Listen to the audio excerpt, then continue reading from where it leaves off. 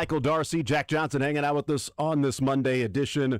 The next 4 hours, we've got you a lot of stuff to get into and talk about today. We will talk with Joel Penfield coming up at noon, get his thoughts on the Kansas City Royals, the weekend that was, getting ready for a road trip to Tampa Bay, taking the series against the Cardinals. The young Royal Bats leading the way right now, while two of the faces / stars of the Royals of the last couple of years sitting in the dugout on the IL /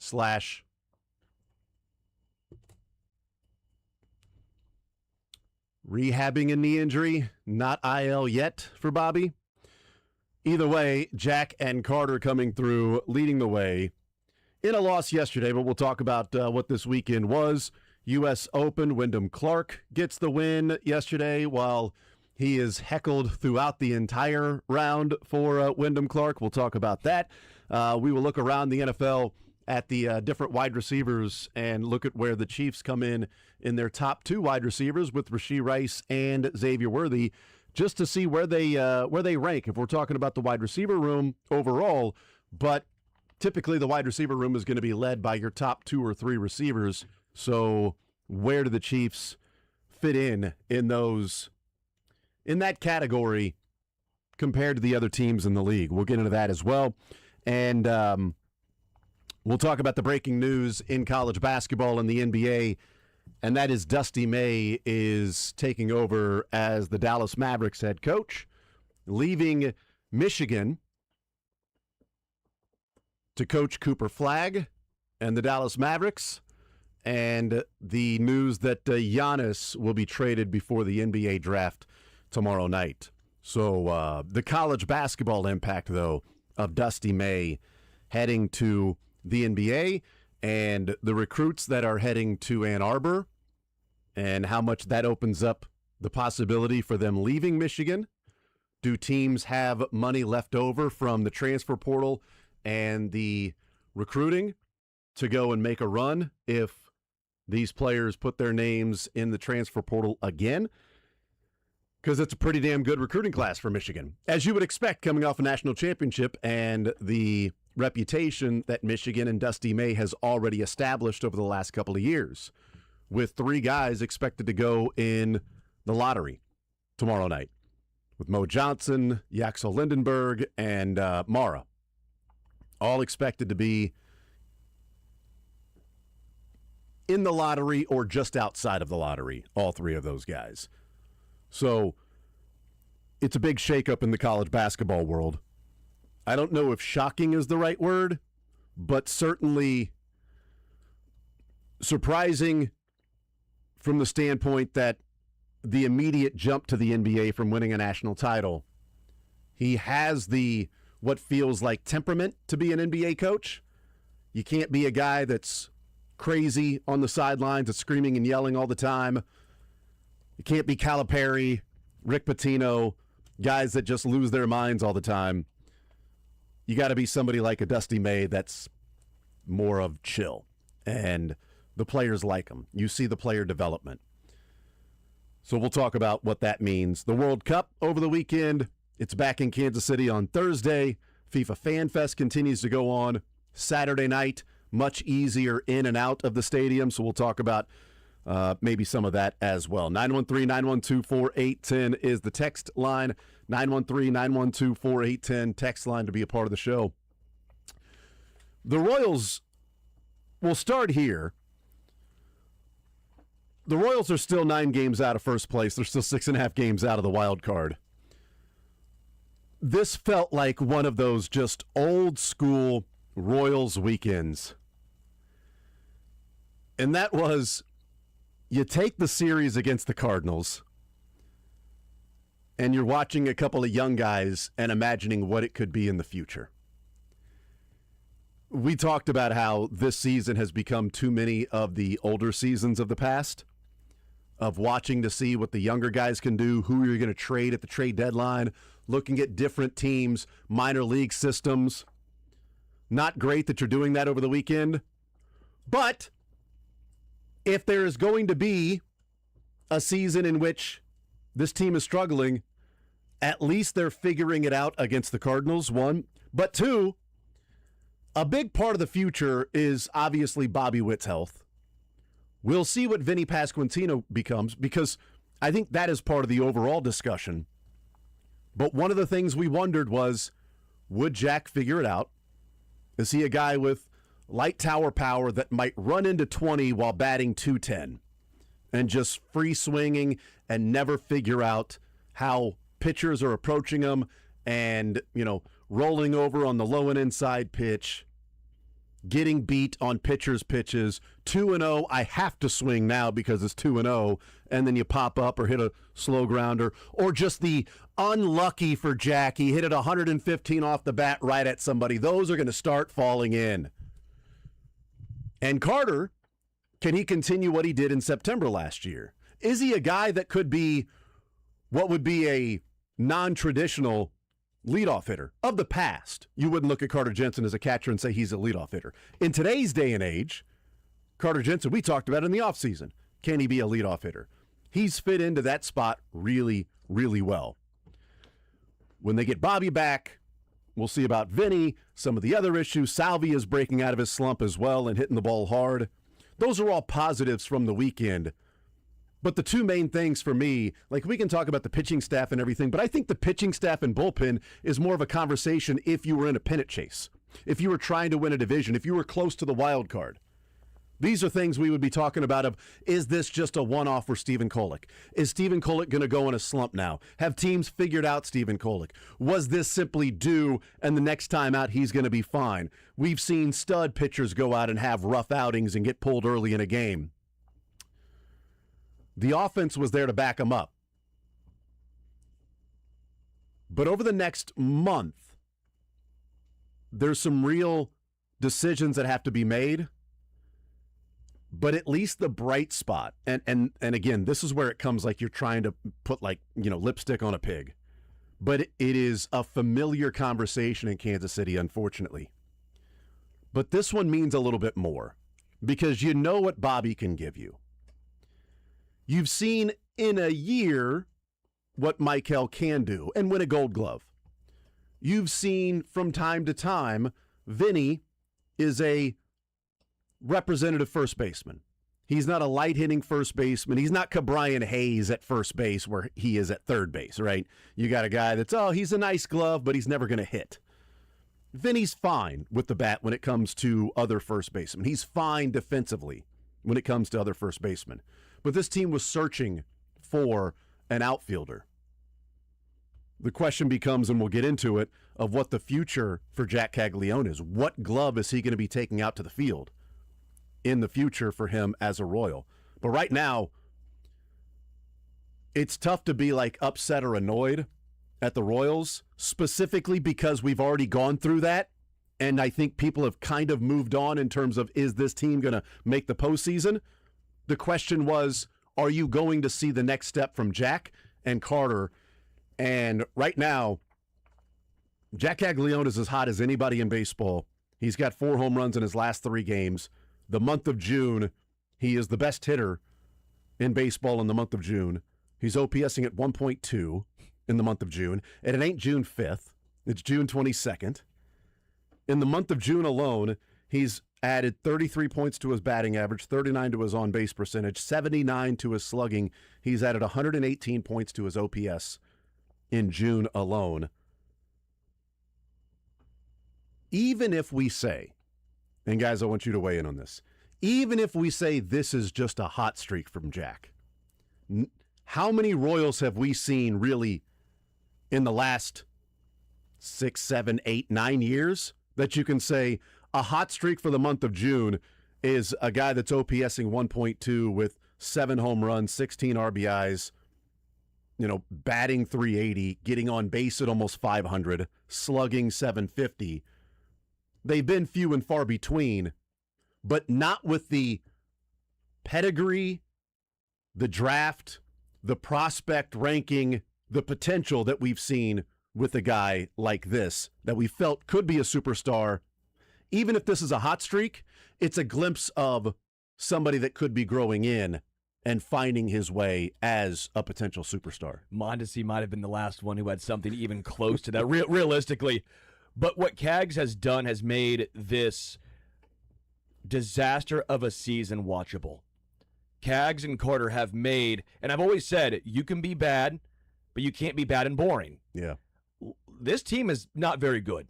No. The bullpen's horrible. The pitching's injured. There are a lot of players that maybe aren't part of the future. But I wouldn't say they're boring, because you do have Carter. You do have Cags. You do have Bobby. You still have Salvi trying to the Royals' all-time home run record, right? I think to an extent, too, Michael Massey's changing my views on him. I don't think he is a 5-hitter or a 6-hitter when things are going well, but can he be his second base defense has been incredible this year. He is doing more what he did when he had that, what was it, 18 home run season. This team isn't good, but they're not boring. I'll give him that. What Cags has done has,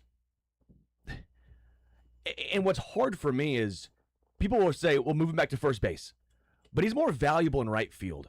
I believe that. I get the thought of, will you move on from Vinny, or you trade him, or you put him at DH only. I actually like Cags in right, but what he's done with the bat, I go to Cags and say, where do you want to play? Not pitching, of course. Where do you want to play? First base or right? That would be the DH pitcher. Where do I want to play? Where Ohtani plays. Because, damn, you want to go to L.A.?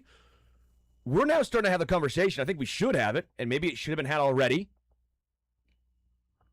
You got to start looking at a contract extension before things get crazy. Buy out arbitration. I get you have control, but I don't know about you guys. I don't want to get too excited over 22 days in the month of June, but he's lifting the ball now, and it's not just pull side. We're seeing dead center. We're seeing left field back-to-back days where he saw an outside pitch and just smoked it to left. Then we saw what happens when he pulls one, an upper tank into the fountains. We are seeing a guy who's not just locked in, but it looks like he's figured out, okay, we're no longer hitting at 115 at a guy. We're not hitting at 115 over the fence. I think you have to have that conversation of an extension, and those convos need to start ASAP. Well, if anything, this just shows that you don't need to worry about right field going into the offseason, because I know that was a big talking point for a number of years, was where can they go get a corner outfield bat that can make a difference in the middle of the lineup? And honestly, that was maybe one of the top priorities going into the year, which is why they held on to Reagans and Cameron and Bubic. It was, well, we count on Jack Caglione being the impact bat in the middle of the order. Now we're starting to see why they were strong in that belief, or they really held their ground, and we don't need to go out there and make a trade for somebody, because whatever those guys would give us, it will not be as good as Jack Caglione.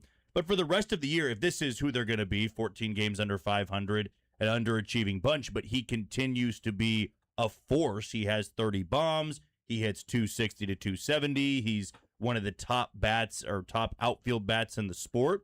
Well, then I would take that and say, you've got him under control for a number of years. He'll be affordable. And this is why, I mean, we'll see what happens with 2027, if there's going to be a lockout, if there will ever be a salary cap. But to me, I would almost make it a choice of, let's have Jack in right field, but now let's find somebody opposite of him in left field to round out this outfield. Because the ineffectiveness of Isaac Collins being a well below average bat, he's poor defensively, it's offset, really, what Caglione has done. Where if we would have all talked about on June 22nd, Jack Caglione would be a top 10 right fielder in the sport. He would be 27 points above league average. He'd be hitting 275. He'd be hitting this in June. What would we all say their record would be? Like, that was one of the question marks. 46 and 32. That was going to say the same thing. 46 and 32. Yeah, it's like, or if Carter Jensen was leading off and hitting 245, but also a league average bat, we all would have taken that in a heartbeat. The good thing is, when you are a struggling team, you look at where the numbers are. Who are you hoping is having a good season? I'm to this point where I would rather Jack Caglione finish as the best offensive player on the team over Bobby Witt Jr., because Bobby could be 20 points above league average, but based on his defense and his base running and still hitting for average, he'll be an 8 to 9 WAR player. If Jack Caglione finishes your best offensive player, now you have not just one, but 2 stars on your team. It's something you can build around, where the core has always been Bobby, Michael, and Vinny, and Salvi to an extent. You have to shift your focus a little bit into what your next core would be, and that's what these next 30 days are really going to dictate, how you can bolster this team, bolster the pitching staff, maybe help the bullpen a little bit and help out the offense.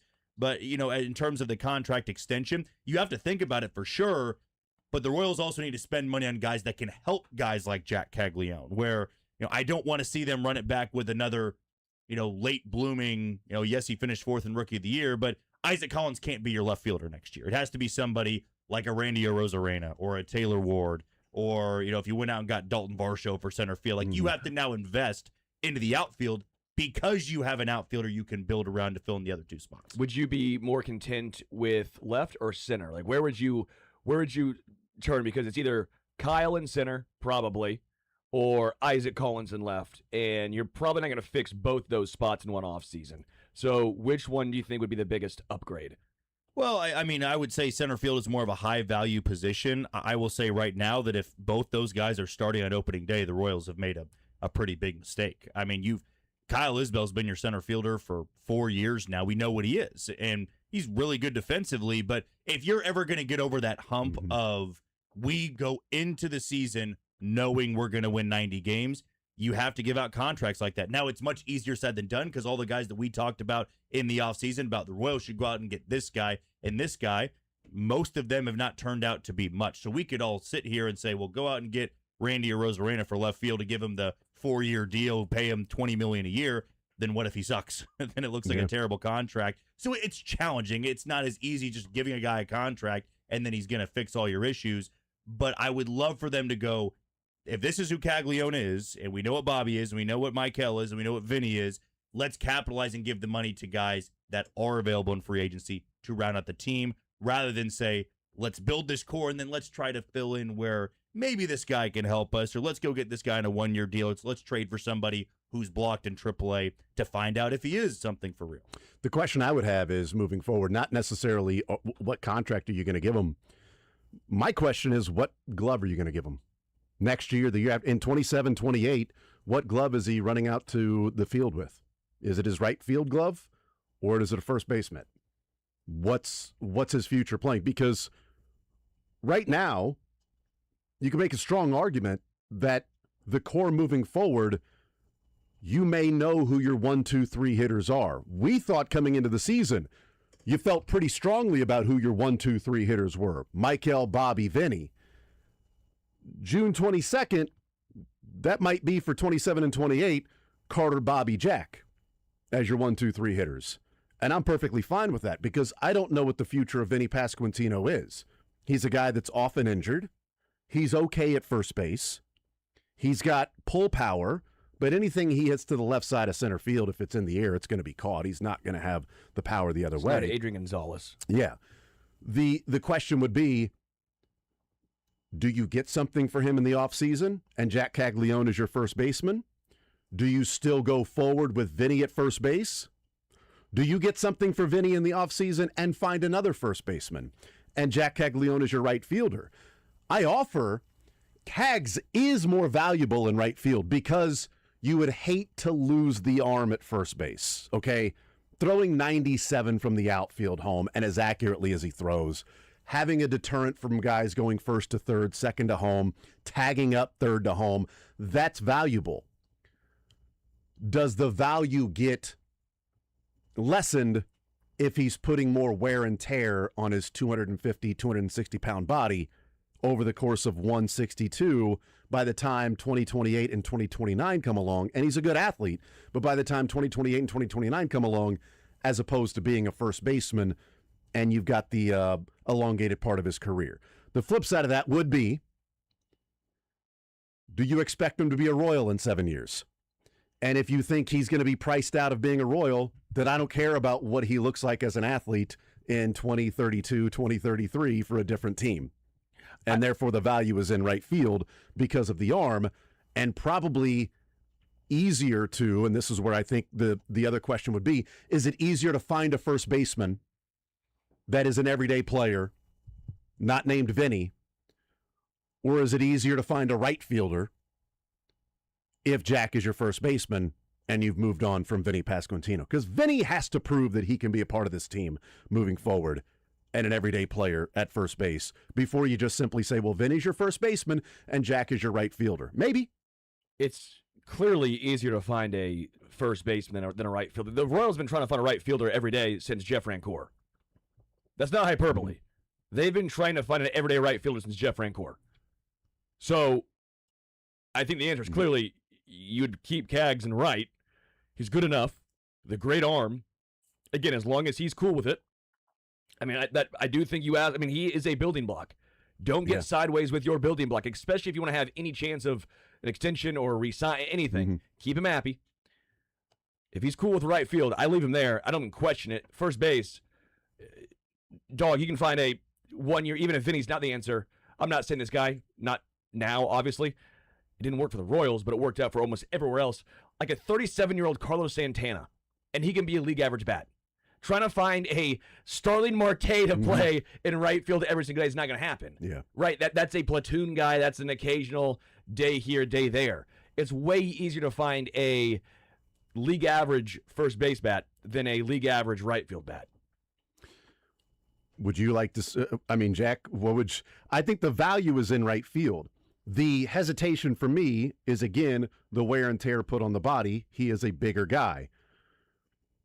But if he's only going to be on this team through 2030 and he's not going to sign an extension and you got to move him in 2030, then I'm not worried about the wear and tear he puts on his body over the next 5 years. And first base, if he's a long-term guy, would be to where you can elongate his career and keep him fresh throughout the season rather than running around in the outfield. But the Royals can't find outfielders. They can't develop them. They can't find them. Yeah, I'd keep him in right field, and I'd keep Vinny Pasquantino at first base. To me, it's been a perfect storm. I guess it would be more of a negative thing, but when you look at Vinny Pasquantino and what he's done this year, because he's underachieved and the Royals have, it's switched the flip. Everybody now is on the train of, well, you don't even want Vinny on the team, and you want to trade him, move him, put Kaggs at first base because that's where he's more comfortable. What has not changed over the better part of multiple decades, the Royals are still a small market team. And what Vinny Pasquantino has done up until this year has been an above-average bat. Every single year of his professional career, he has been either slightly above average or well above average, right? We're a year removed from him hitting 32 home runs and driving in over 110. How many first basemen in Royals history have done that? Just go back till 2000. You know, how many guys? I mean, yes, Mike Sweeney, Billy Butler had good years. Eric Hosmer did. But you don't just get rid of that because of a year where maybe this hamate bone was bothering him for the majority of the year, which is why the power's not there, which is why the slump was longer than it usually is. With Caglione, I would say, look, he can still play first base, but he's going to be the right fielder because it has been an issue to find him. And then put your focus on, let's go find a left fielder. Let's go find a center fielder. When you build this Royals lineup for next year, you're putting more pressure on yourself to hit on more guys if you say, we're moving Kaggs into first base and we're just moving on from Vinny. Or Vinny to DH full time. Or Vinny to DH, which, I mean, look, Vinny can't control all the moves, but I know that he has openly said he worked really hard at first base so that he wouldn't be a DH only. And the Royals don't really believe in DH only. Because the last guy that I remember them being linked to or had interest in that was a DH only was Anthony Santander, and they didn't give him that contract. Because the hesitation was you're not going to pay him $90+ million to only be an offensive threat. The only guy in baseball that is deserving of that, of a DH only, is who? Maybe Yordan Alvarez? Schwarber. You'd say, or Schwarber, yeah. But even then you say, are we willing to give somebody that much money to only play half the game and not be out there to help us defensively? Those guys, yes. Those guys, yes. But, for Vinny Pasquantino, he's not one of those guys that I would say he's your DH only. There are more holes you need to figure out and how to improve in those areas. To me, it should just be satisfying that Caglione has figured it out, because we have to – it really comes down to what type of baseball fan are you in terms of how you evaluate one-off years. And this is if it's a good year or a bad year. Do you put a bunch of stock? We like to do it when it's a good season. We say, look at what this guy did in 23 or 24 or 25. But when it's a bad year, we turn into the prisoner of the moment, right? And we say, well, this is always who he's been, right? He clearly is an issue, and he's not going to get much better from that. To me, you should be more positive about now you don't need to worry about right field because Caglione was a question mark going into the year. He's starting to turn into what the Royals believe he can be. Vinny, we'll see what he looks like when he comes back. But if he doesn't turn into something, maybe it's just a bad year for him. We'll see what it looks like next year. Carter's turning into more of a professional hitter. To me, the issues become left field, center field, and what they're going to do with Salvador Perez. Those are the three question marks I have offensively. I would like to see them get more of an everyday center fielder. Easier said than done. If it's not center field, I would like left field. And then if you are going to replace Salvador Perez in the order, then maybe you give that money to a true DH only or that big-time impact bat that can round out the lineup. But it's been very clear this year that offensively, you've got your star power. It's more of a top-heavy lineup. You're getting nice production from Michael Massey and Nick Lofton. But to me, this is just take it for what it is. Caglione is turning into something great. It's awesome to see, but the right field first base conversation maybe matters more when they're a contending team. Right now, it's just bat only for me. Yeah. If he's at first base or right field, to me, I'm kind of indifferent on it. I would like to see him in right field if I had to pick one spot, but to me, it's only about the bat for me. Yeah, and if he didn't have the arm that he has, I'd be fine with him being at first base. There is such a value, though, and it has been such a vast desert, what has felt like in right field for a while. I mean, they've had along the way some consistent right fielders when they had Tartable, and then you've got Jermaine Dye, and then Francoeur. I mean, that was my point. I think Francoeur was the last one. Like Francoeur and Jermaine Dye and Danny Tartable are the ones that we think of like everyday right fielders. Like we talked about like outfielders in general, and then Alex Gordon became the left fielder, and it was like, all right, leave him alone. We're not dealing with the Podsetniks of the world and, you know, different guys like that to put out there in the outfield, or Benintendi, and different players along the way. Okay, it's Alex Gordon. I know that was on opposite sides of Alex Gordon. I get that. But the point being, you had somebody out there and you left him alone. Is that Jack Caglione for the next 6 years for the Royals, that he's the right fielder and you finally have okay, thank God, you can go back to Jermaine Dye or Danny Tartar, that you've got a right fielder and just simply leave him alone out there, as opposed to what's coming up through the system, which doesn't seem to be anybody that's just ready to take over in the outfield. And the Royals have already moved Jack because of what they felt like they had at first base with Vinny. And they wanted the bat. To Jack's point, to them, it was a matter of find a position that can get him in the lineup every day. And that was right field. But I don't think they expected him to be this good as a right fielder. I don't think they expected him to adapt this quickly to right field. A guy that has played in the dirt almost his whole life or been on the mound. They knew the arm would play. And that's the problem, is it just feels like a waste for that arm to be at first base. But it would feel like a waste if he's running down a ball in right center and he pulls his hamstring. Then it would feel like a waste. Or Aaron Judge running into the wall and his foot kicks the concrete and he's out for, 3 months because of a broken toe. But you can get injured at first base too by getting caught up like we saw with Vinny in his hand. I mean, but he's probably not running into the wall at first base like he did and had to sit for a couple of days. No, you're right. I guess for me, that's the only concern I have. I think less of that than most. Yeah, I think these guys are athletes. Let them be athletes. But it's also planning for, you don't want an injury to happen, and you can't really plan around I don't want an injury to happen, because if you're planning around I don't want an injury to happen, you can't go into next season with Vinny as your everyday first baseman. Correct. Because then you'd be planning for this guy's going to get injured, which may be something you do plan for, because we've seen Vinny every single year go down, and maybe that's where Jack Caglione comes in. He's the right fielder or backup first baseman when inevitably Vinny Pasquantino will have his IL stint. We need to take a timeout. We'll come back. We'll continue rolling. I want to talk a little bit more about what we're discussing here with Jack and Carter, and if the building blocks of the Royals, if the baton is being passed in real time right now. Are we a prisoner of the moment? Am I a prisoner of the moment? And looking at it, or is this the beginning of what the new core of the Royals can be? We'll talk about Wyndham Clark getting heckled. Was it over the top? Did he become a sympathetic figure while playing in the U.S. Open somehow? We'll talk about the World Cup this weekend and the huge news out of college basketball, and that is one of the best college basketball coaches that felt like was just starting to go on what could be a massive dynastic run is no longer in college basketball. Dusty May is now the Dallas Mavericks head coach. More Zone coming up next.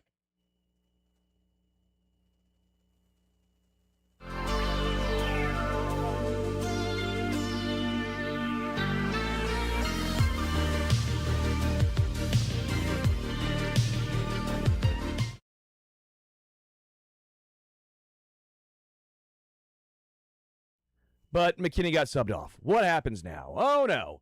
Is my bet over? FanDuel said, that's not right. That's not fair. We're going to.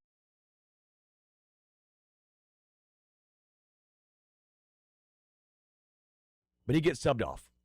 Well, now your bet stays in with the player that comes in for him. So if you bet on a player and that guy leaves, you're not out. It's not over. I didn't hear no fat lady singing because your bet is still in with that new player. And sometimes that might not be a bad thing because sometimes fresh legs means a fresh opportunity to score. This is all with FanDuel's Super Sub. So if your player is subbed out, your bet stays in. Again, if your player leaves the match, your bet continues on with said substitute. So you're in it until the final whistle. 4 games on the slate today. 4 chances for you to rock this. So the choice is up to you. Go to FanDuel.com/local to get started now. Let there be goals this summer on FanDuel. 21 plus and present in Missouri. Gambling problem? Call 1-800-GAMBLER.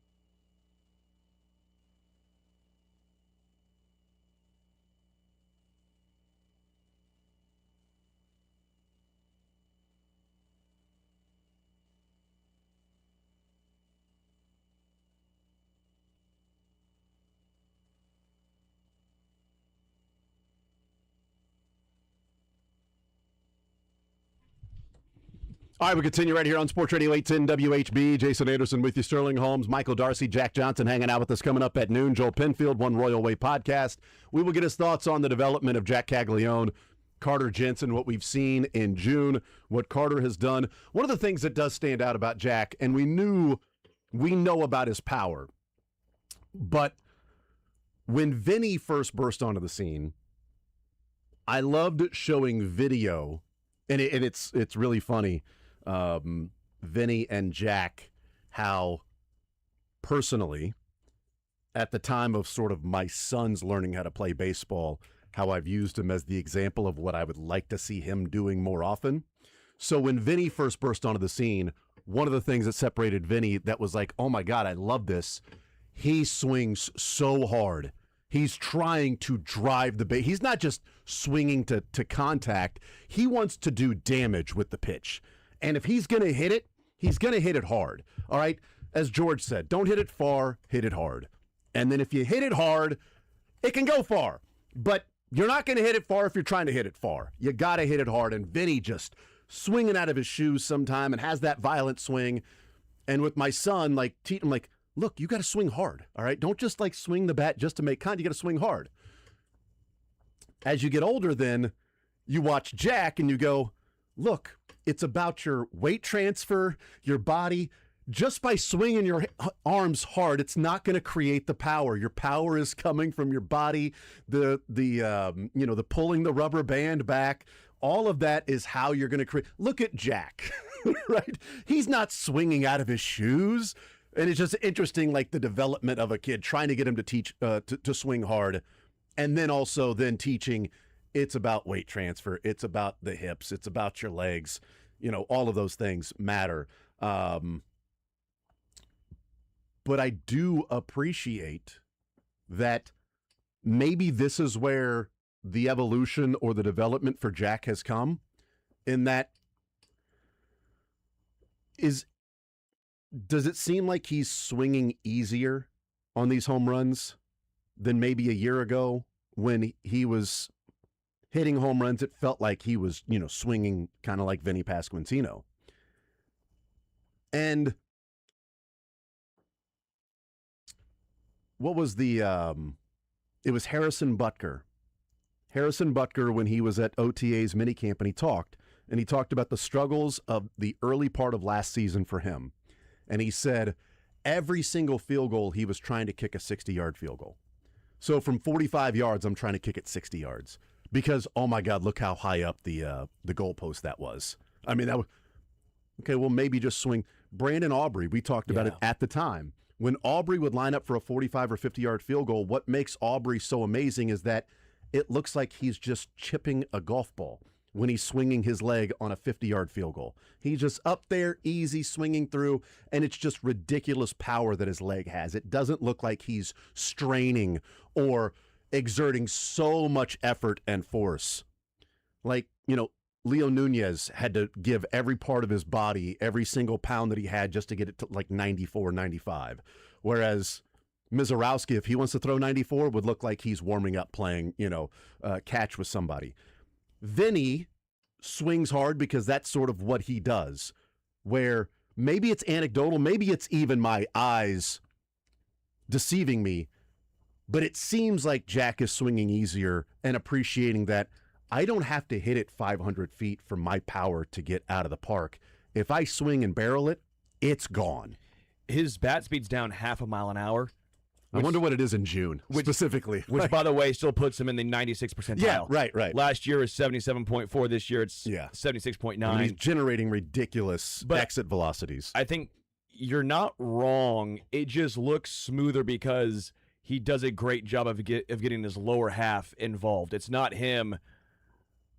It's not all arm. He's not just swinging with a bunch of arms. I'm not a big Rory guy. I don't know why you would swing with a bunch of arms. Usually you only swing with two of them. But I'm not a huge Rory guy. But the reason why he hits it so far, and sometimes it doesn't look like he's swinging out of his shoes, and he's still one of the longest guys on tour, because he gets his lower body involved so well. That's why Bryson at times looks like he is, swinging out of his shoes. He's also a very long guy on tour, but you see him trying his hardest to generate all that power, and it looks long, right? Vinny looks long when he tries to generate that power. Jack doesn't. Jack he's just so compact. And when you're 6'4", 250, and you're that compact, the ball just goes. The bat will follow because everything's working in concert. So it's not just flailing your arms. The reason why he's in the 96th percentile is not just because he's swinging out of his shoes. That's just who he is. You're right. It's like the Mizorowski of hitting. He just is naturally gifted in that way, but he also gets his body fully in sync. And so there's no part. Last year he was out of sync. Yeah. I think that's the best way to put it. I think last year he was out of sync. This year, especially in June, everything's working at once. I think last year was more mental than anything. I believe that when he was called up, and the Royals really didn't have a choice. I mean, technically they did, but there was no answer in right field. There was nobody in AAA. It was too early to make a trade, and he was seen as this savior, that he was going to come up and hit 20 bombs the rest of the way, and he was going to be this impact bat in the middle of the order. And when he started to struggle, and it was immediately, you start to press more. I mean, it's a tale as old as time. Young hitters, when they look up at the scoreboard and they see their average below 200, they try to make up for it with one swing every single at bat. When you're swinging max effort, 120%, in theory that sounds great because you're trying really hard and you're trying to smash the ball, but you can't swing 120% on a curveball down and away. You're just going to miss it more often than not. And this year, his ability to put bat to ball, go the other way, lay off some of those tougher pitches, it's now set him up to crush the pitches that are in the zone. And there's the confidence aspect too, where when you're rolling like this, it doesn't matter who they throw out there. You can put inside your mind that when going up to the plate, I have an approach, I have a game plan, I'm looking for this pitch. I mean, O'Brien coming in yesterday in the ninth inning, he's a really good reliever for the Cardinals. And clearly he went up to the plate and said he's going to try to work ahead. It's a 4-run game. He's going to try to throw one right down the middle. Crushed it. And going back, I'm sure O'Brien would say, I shouldn't have done that even in a 4-run game. I mean, they'll tell closers when you're getting your work in, do not walk the first guy that you face. But then there's other times where Kaggs goes up there, and whereas last year he would go, okay, they're not going to work around me. They're going to try to attack me in the zone. And they would throw him pitches out of the zone. He was swinging already. He was already thinking, I got to be aggressive here. I can't go down looking. Where this year, he might come up in a spot where Salvador Perez is behind him, and he's saying, they might try to throw me a couple of sliders before they eventually have to come into the zone. Some of the at-bats that he's had, 7, 8, 9, 10-pitch battles that have resulted in a walk or just a single the other way, those are the mature approaches that we just didn't get to see last year. But it's also a good thing that the Royals didn't abandon him after 1 year. There were a lot of people that said going into spring training, you can't just hand Jack Caglione a job because he was so below average last year. But this was a first-round talent for a reason. This was a guy that early on before the draft in 2024 was seen as the 1-1 pick by a few people. Yeah. And when he fell to the Royals, yes, there was the swing and miss concern, but the power was going to be there, the hard hit rate, the athleticism.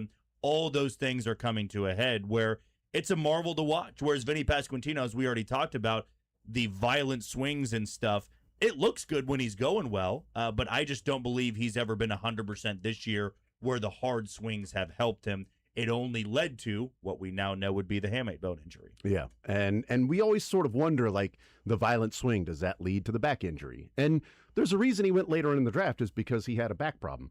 I mean, if he was fully healthy, I don't think we're talking about, man, what a great story Vinny is of 11th, 12th round draft pick and making it.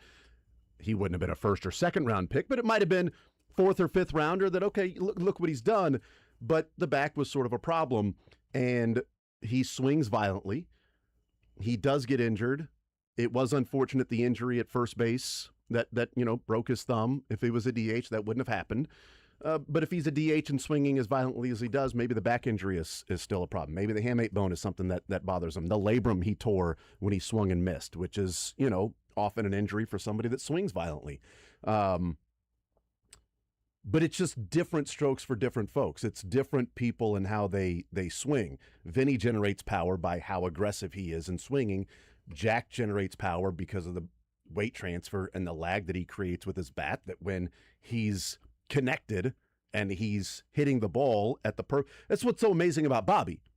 Like, Bobby is not the size of Aaron Judge, yet Bobby hits monster tanks because his swing, one, is so quick, but it's also so connected. Like, when he's hitting the ball, it's the perfect weight transfer that's connecting with it. It doesn't have to be swinging 80 miles an hour with the bat speed to be able to do that. And I think the easier swing, and again, I'd love to see what the breakdown is in June, and maybe it's completely wrong. Maybe the breakdown in June is bat speed is much faster, but it just feels like he's swinging easier on those hits to left field, that it feels a little bit like Brandon Aubrey kicking a 45 or 50-yard field goal, or what Harrison Butker said he eventually did at the end of the season, which is, this is a 45-yard field goal. I don't need to hit it 60 yards and risk being off an inch or two when I'm swinging through and now it sails to the right in a slice. I need to hit this thing 55 yards and I can hit it down the middle. Jack, I don't have to swing out of my shoes to hit the ball 500 feet because I'm not hitting it 500 feet to hit a home run. I need to hit it 390 or 400 to right center to hit a home run. And if I hit it 420, that's great. I hit it 430, it's going into the water. It looks like a tank. It is. He hits two of them into the water. He hits them to left field. And maybe it's just because he's locked in and has an idea of where the pitch is coming in. And again, maybe it's just because now he's connecting and hitting the ball over the fence that it looks as smooth and easy, as opposed to he hit that thing 480 because he was swinging out of his shoes. I don't know that the best home run hitters swing out of their shoes. They just have the ability to generate power, and they barrel up the ball a lot more than others do. That's what separates a star in Major League Baseball and a generic player, is the ability to put the barrel on the ball more than just, oh, he hits it, he connects with it, cool. You know, there's a lot of Major League players that can connect with a pitch. His barrel percentage is 95th percentile. There you go. I wonder what was it last year? His barrel percentage was 12th percentile. Is that good or bad? No, it's 12%, not percentile. Oh, so what percentile was it then? He didn't have enough at bats to qualify. Oh, I see. It's 16% this year. So it's up 4%. So It's that's 25% increase, basically. Yeah, that's good. Yeah, good. If you're into that sort of thing. We'll take a timeout. We'll come back. More Zone next.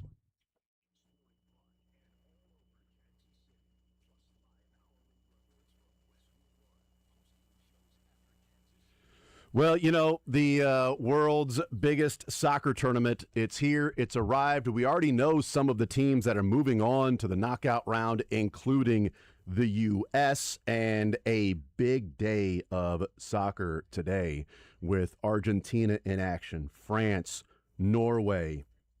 Last time we saw those three teams play on the same day, it was a huge day for the Stars. You had Messi with the hat trick. You had multiple goals for Stars. Maybe that is what's going to take place today. And Kalshi, you can trade the entire tournament. You can trade every match from the opening stage all the way to the final. There has been a trend that is happening in the World Cup, and that is the draws and the ties that have taken place in the biggest soccer tournament going on. Kalshi, you're trading against peers in a live market. You know, it's sort of like trading in different areas in life, in business, in maybe commodities that are out there. Only it's with sports. I can see that maybe this match is going a certain way, and I like that particular market. Let me trade. Let me go and buy into that position. It starts to go a different way. Let me trade out and get my money back. It's not like you see at other areas where you have to wait till the match is over, the game is over, before you can see the end result of what your money is. You can trade in and out of your position. For Argentina and Austria, a tie is trading at 21%. This thing is in the 70th minute, and it's still a tie. That thing's going to be trading at 70, 80%. You're talking about 4 times your money, and then you can trade out. and get your money right then as opposed to waiting for the whole thing to be over. And for a limited time, download the Kalshi app and use code JASON810, JASON810 to get $10 when you trade 10. It's Kalshi, Kalshi, Kalshi, trade the beautiful game. 18 plus only. Restrictions and eligibility requirements apply. Event contract trading involves risk and may not be suitable for all investors. Prices, values, and available markets may differ from those mentioned. For more information, see kalshi.com/regulatory.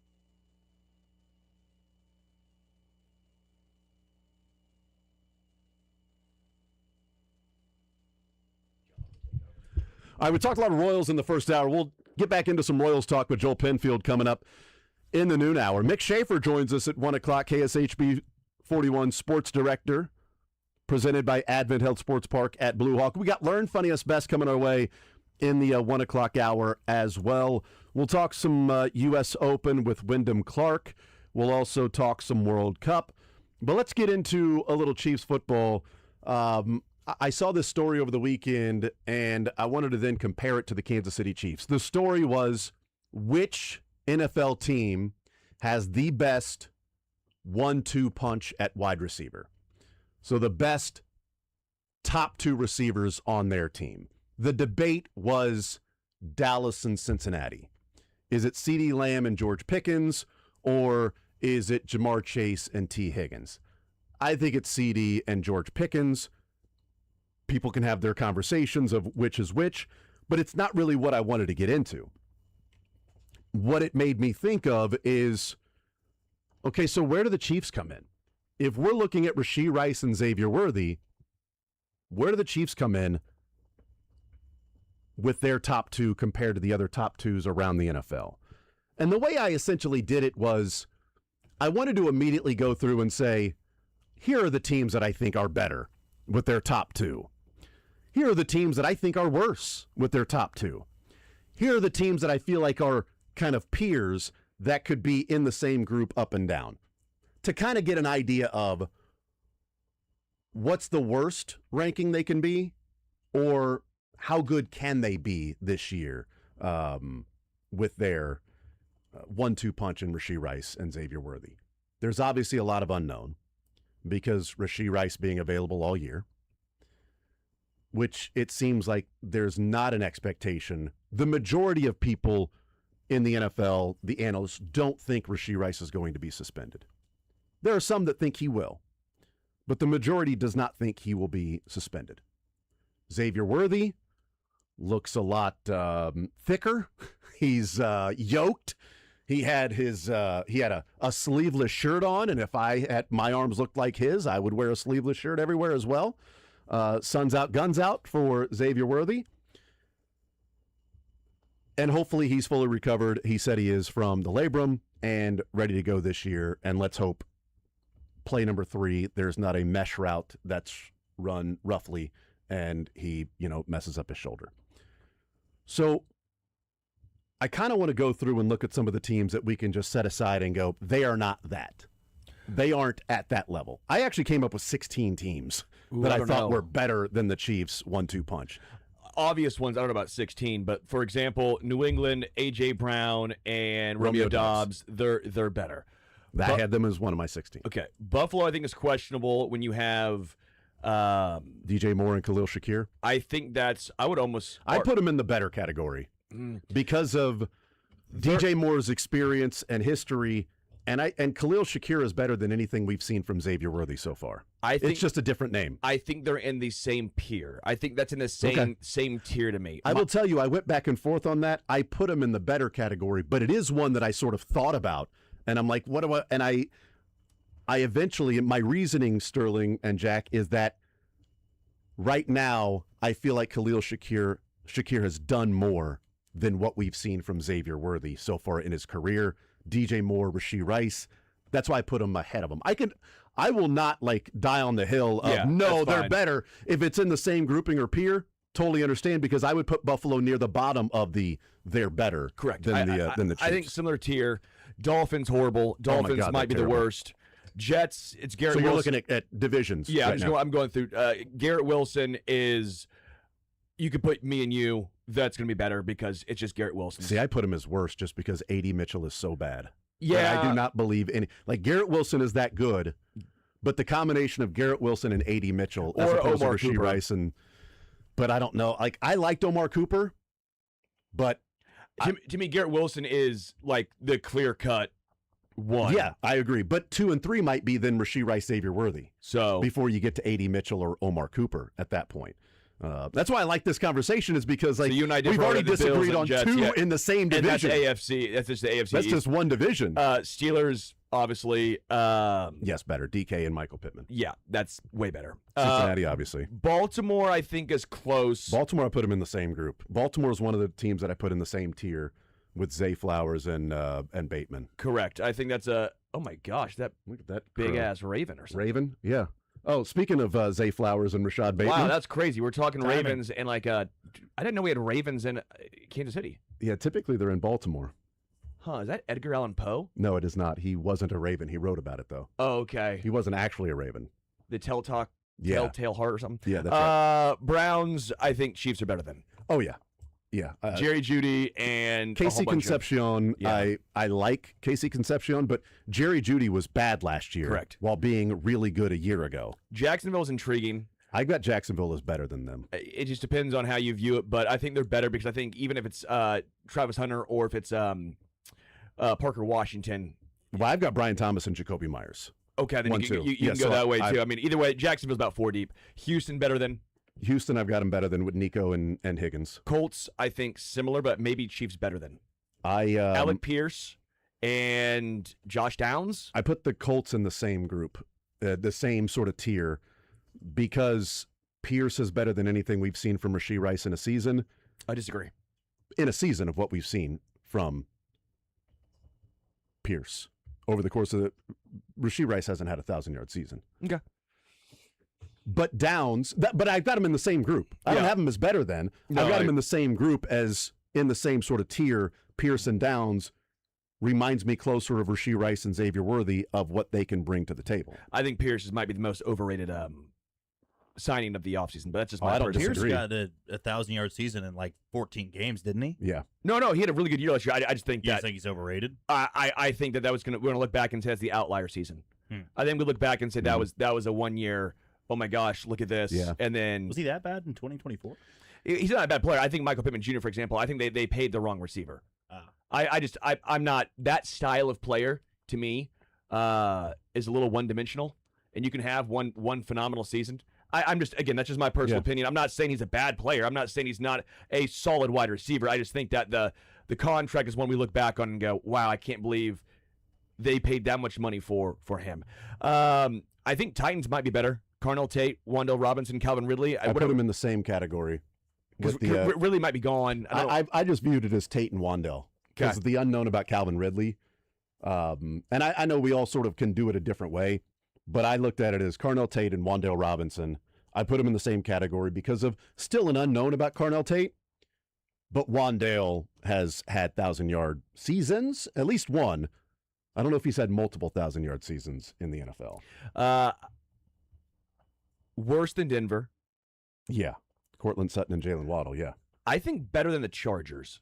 Oh, I think they're better than the Chargers. Yeah. Chargers have Ladd McConkey Quentin Johnston. and Quentin Johnston. Yes, they are better than the Chargers. But Jack seems to maybe differ. you know, You just like Ladd McConkey that I much. love Ladd McConkey. I do, but to me, I'm just. Although Quentin Johnston did have a breakout year last year. He started to actually catch the footballs thrown his way. I'm trying to think what we could go off of with both Rice and Worthy to put them maybe even in the top 20. I'm not sold that you can. I mean, Rice is coming off of a suspension year, recovering from the ACL injury. 2024, he had the ACL injury. Worthy's best season, he really didn't catch on until the second half of the season. Neither of them have had a 1,000-yard season. Rice was close his rookie year. And truthfully, neither of them are a true number one. Oh, no. Yeah, so it's. But is McConkey or McConkey is, No. is I love is true McConkey, number but no. one. I do, and he also last year took a step back, did he not? Yeah. He did. And pretty Quentin Johnston severe. took a step forward. So if you combine Ladd McConkey 2 years ago with Quentin Johnston last year and say that's who they are, then yeah, I could accept somebody saying that no, the Chargers are better and not necessarily in the same tier as the Chiefs. I put them as worse. I put them below the Chiefs. Not even in the same by tier. far. It might Not be even by interchangeable far, to- but just like I don't think they're in the peer category. I would agree. I don't really. agree. Raiders worse. Oh, yeah. Jalen Naylor and Trey Tucker, that's worse. Raiders are awful. Yeah. Eagles, even without A.J. Brown, you have Devontae Smith And Mekhi Lemon. and Mekhi I put them Lemon. in the same category. I put them in the same tier with the Chiefs, with Rice and Worthy. That one's tough. I'm probably still Smith going and Lemon. Eagles, maybe, but it's close. Dallas obviously worse. Dallas is obviously better. Yeah. Sorry. Chiefs are obviously worse. Washington, Terry McLaurin, and then Luke McCaffrey. I put Washington as lesser than because McLaurin is as unreliable with injuries and everything as we've seen Rashee Rice, and Luke McCaffrey is just incredibly generic. Giants is intriguing. Malik Neighbors, obviously, and then is it Darius Slayton or Darnell Mooney?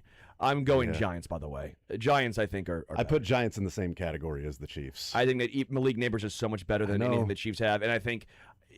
But I do wonder about Darnell Mooney. Mooney's Neighbors, gone over 1,000 before. Yeah, Malik Neighbors with the ACL injury and coming back from that. I've got some questions around that knee. Bears have it with Rome and Luther. Oh yeah, Rome and Luther. Bears are better. Yep. Green Bay. Green Bay, no. They've dealt with so many injuries. Christian Watson and what? Jalen Reed, no. I'm with you. I think I'm with you, but I think Green Bay fans are in a weird spot of they have a lot of depth. Yeah, but they're not really high end. Dobbs is gone as a clear number one, I think. And Dobbs being gone, we can't play that game. Yeah. I mean, you can make the case. Rice going into year 2 was seen as a top 20-ish receiver in the league. Yeah, I think we said, look what Rice was at the end of his rookie year, and then the beginning of last year, if we're talking about last offseason, beginning of last year, he can be a number 1 receiver. So Vikings are better. Justin Jefferson and Addison. Yeah, I've got him as better. Bengals are much better. Lions better. Lions obviously with Amon-Ra and Jameson, or even Juwan Jennings for the Vikings, by the way. I mean, the Vikings have 3. Yeah. Carolina, Tep McMillan and Jalen Coker. I've got him lesser than the. I mean, I think T-Mac is good, but Coker or whoever else, Xavier Legette, if whoever else you want to put at number 2, I think the combination of those two and the combination of Rashee Rice and Xavier Worthy, I've got them better than Carolina. I don't have them in the same tier. I've got them. I would have them close. What do you think? I guess it comes down to how much stock you put into one really elite receiver. Mm-hmm. I believe I put a lot into it. Yeah, McMillan is, and the Chiefs don't have that true 3rd and 7, just go throw it up to somebody. Maybe Rice pre-injury, all this type of stuff, he could have been that guy. But I have to wonder, are the Chiefs the only team in the league where you're number 1 and you're number 2, it's like a dice roll of what they're going to be? Because technically you could say Worthy's coming off of a injury-ridden season where he had the collarbone or the shoulder injury on the first snap or first play that he ever had. Rice, we know all about what happened. There's so much unknown. There's so much unknown with having 2 guys that have been in your system for multiple years. And I'd probably put it neck and neck who I'd take. I mean, maybe just having a target like McMillan, though, a true number 1, I almost would rather have that than 2 number 2s that are coming off of injury. So I might put Carolina slightly above them. I just think there's such a vast gap between T-Mac and then anybody else on their team. I think Coker's a little underrated, though. Personally. So you're going with Carolina? No, but I think it's the same category. I think they're in the same tier for sure. I think they're the same tier for me. So that's where we disagree. I put them lower, and I like T-Mac a lot, but everything else at Carolina just is not. Tampa, clearly Chris Godwin and Ibuka. Yeah. Atlanta is Drake London, and then maybe Olamide Zaccheaus. Yeah. Jahan Dotson or Zaccheaus. That's again. It seems very Carolina-ish too. Yes, it's very Drake London doing the heavy lifting. I think Drake London's probably better than Tet right now, their careers, but I also think Coker's better than Zaccheaus or Dotson. So I think that's a relatively same, but London is so much. I put Atlanta next to Carolina, not in rankings of just like the tiers. Yeah. I put those teams really near each other because of the same conversation we're having. London is so good, but the next best guy is such a chasm between those two, man. Saints, I'm going with them with Jordan Tyson and Olave. Yeah, I like Tyson, so I was going to go Saints over the Chiefs. Seahawks, you have JSN and then Cooper Kupp, I guess, or even Raheed Shaheed. So I put Seahawks over the Chiefs. Seahawks for sure. They're comfortable. Rams, yes, for sure. Rams have one of the best. Rams are one of the best that's out there. Top 4. Puka and Adams, yeah. San Fran, you have Ricky Pearsall, Mike Evans or Christian Kirk. I put him in the same tier as the Chiefs. I'm probably taking San Fran. I'm taking San I totally understand that. The reason I put him in the same tier is, I know we're not going 3 deep, but that's agreed. It's just the top two, and I went Evans and Pearsall with the top two, and I want to see what Pearsall looks like if he has to be more of a targeted receiver, and I want to see if Mike Evans comes back from the soft tissue issues that he had last year, or is that now who he is as a guy in 12, 13 years in the NFL, where every year he had 1,000 yards receiving?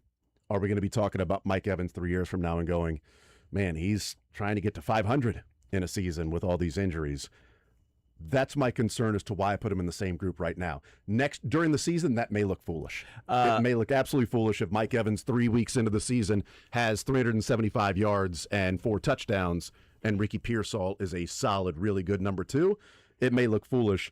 I'm just really concerned about Mike Evans, and I don't think as you get older, the soft tissue injuries get better. Arizona's an intriguing one because I think the average fan says no, but I think that I put him ahead of the Chiefs. I put him ahead of the Chiefs. Michael Wilson He's is much better than people think. Michael Wilson is so much better than people think, but he was on a 3-14 team. Yep. And then obviously Marvin Harrison Jr. Right. So where's that leave? The Chiefs are better than no one in the NFC West. They might have 2 peers. I put 16 teams South. ahead of them. I think you're low. I think Jack and I might have 22 plus teams ahead of them. Really? I don't know.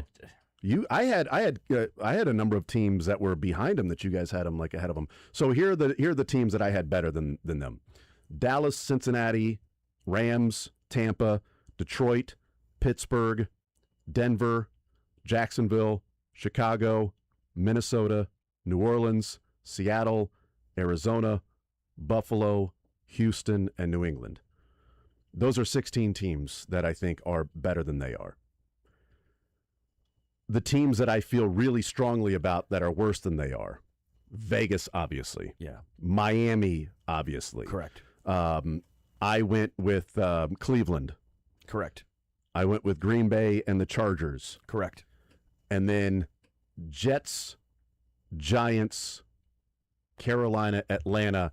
I have below them, but it's really the number 1 receiver doing so much work. See, Jack and I think are kind of more. I think Jack and I might be more lockstep when it comes to wide receiver ones making a bigger impact versus.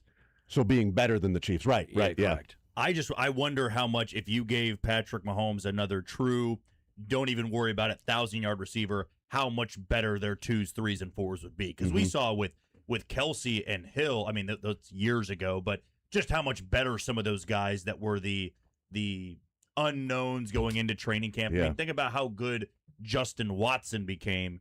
Not that Juju or Jackson MVS. Heights own. Like seriously, Justin Watson. How much better they became because there was a true number 1 option. I'm not sold in the receiving game if they have that 100-yard threat every single game. What's interesting is I think the Chiefs have some of the most potential in their top 2 wide receiver guys. Yeah. Like, I do think there's a lot of potential. Again, you know my thoughts. I'm buying stock now and Unworthy. Like, I'm buying stock now. I am too. Rice, I think we all can agree, is talented. I think it's a lot just mental and obviously health and off the field, which kind of goes to mental. It's weird because, like, they're probably in the same category as like Buffalo. But if you're saying who has more upside, well, the Chiefs' top 2 has way more upside at this point than DJ Moore and Khalil Shakur. But if you said who might be more consistent, you're probably going Moore and Shakur. And that's what's so... Yeah, but it's like I look at it right now, Buffalo's better. And then week 10, 11, 12, we look back and go, man, good on Rice and Worthy because they have surpassed A, B, C, D in different teams that we thought. And that could be a fun game because... Yeah. Realistically, you look at the upside of the top 2. I don't think Rice is when that wide receiver 1 category talk came out and people were like, Rice is a top 10 guy. I'm like, you guys are silly. We've seen guys go on streaks and stretches that look incredible. Yeah, he had some of the same parallels to Amon-Ra St. Brown, but what was Amon-Ra St. Brown doing? Playing every single game and not having anything off the field and being a leader. And running a full route tree. A full route tree and blocking, and, like there are levels and nuances to this. But, again, if we're going with upside for your top two, the Chiefs have, I think, more upside in their top two than Carolina. Yeah, because T-Mac can be amazing, but I don't know what Coker and Leggett are going to be. Like, okay, middle of the pack, even middle of the pack or lesser number twos. We have Arizona there now. Well, Arizona's tough because I think Marvin Harrison Jr., you can make the case that he has a lot of potential to the upside. That's a tough one.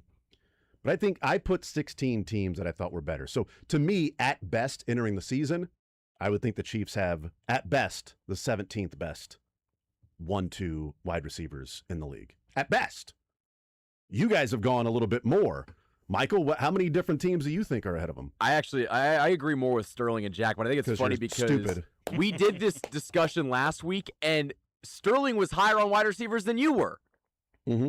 Yeah, it's funny when we're ranking them. It's just like, no, because we were comparing them to the other parts of the Chiefs. Yes, in their positional groups. Let's not do this for tight end room. We do not need to do that. Well, and also, I don't know how many tight end rooms are all that deep when you've got a top 5, to 10.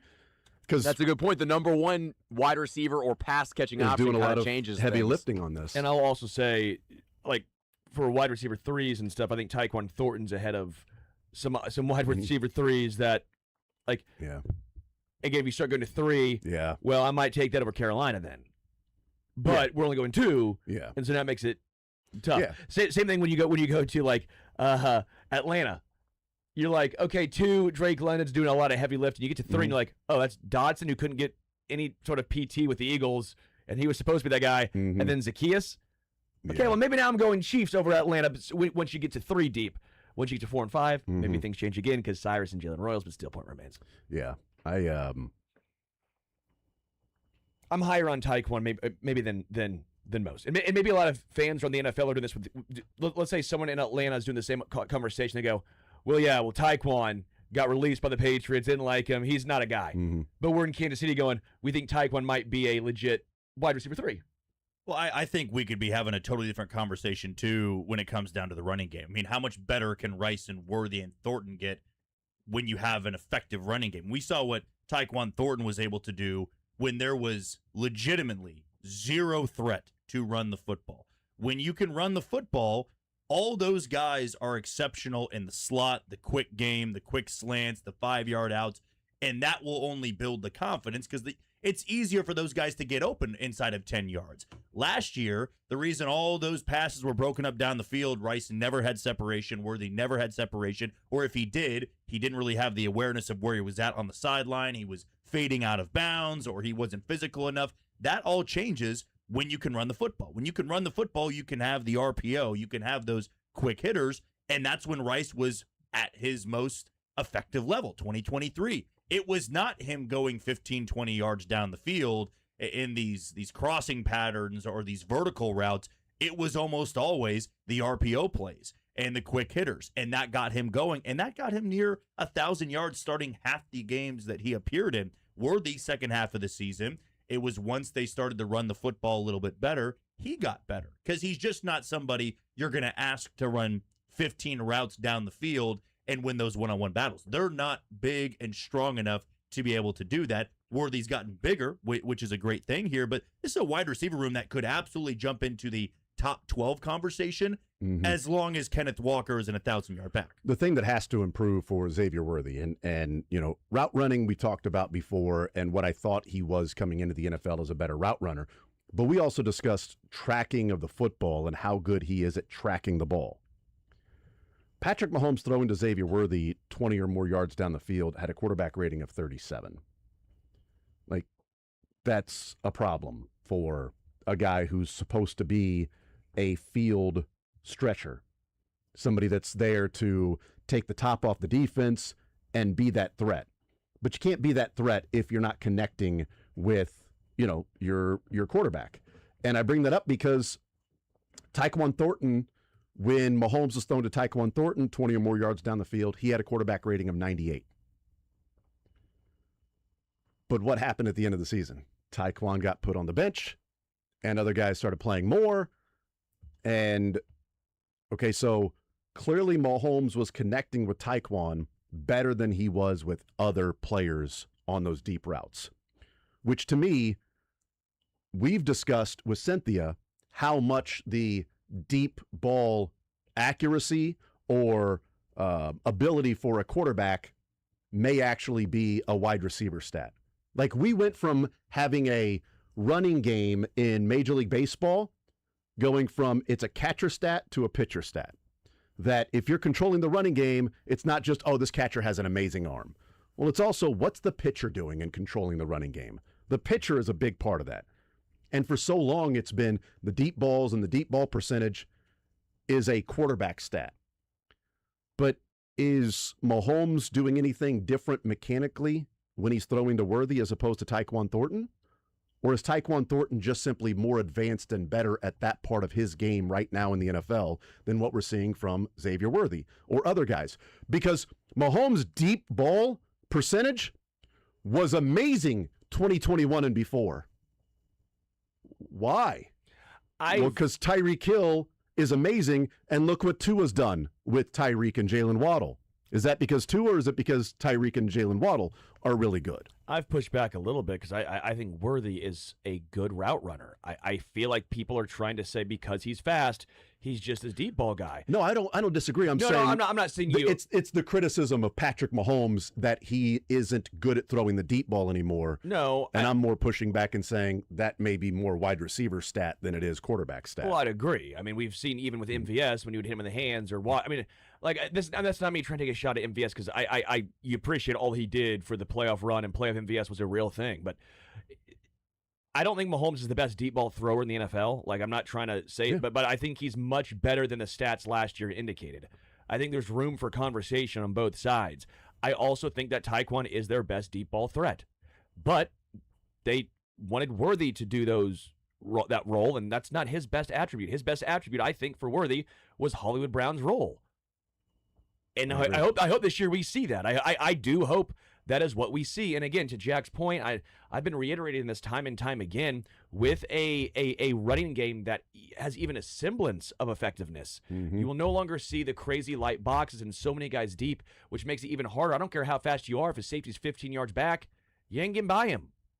You may run a 4.2, but he's still running a 4.4.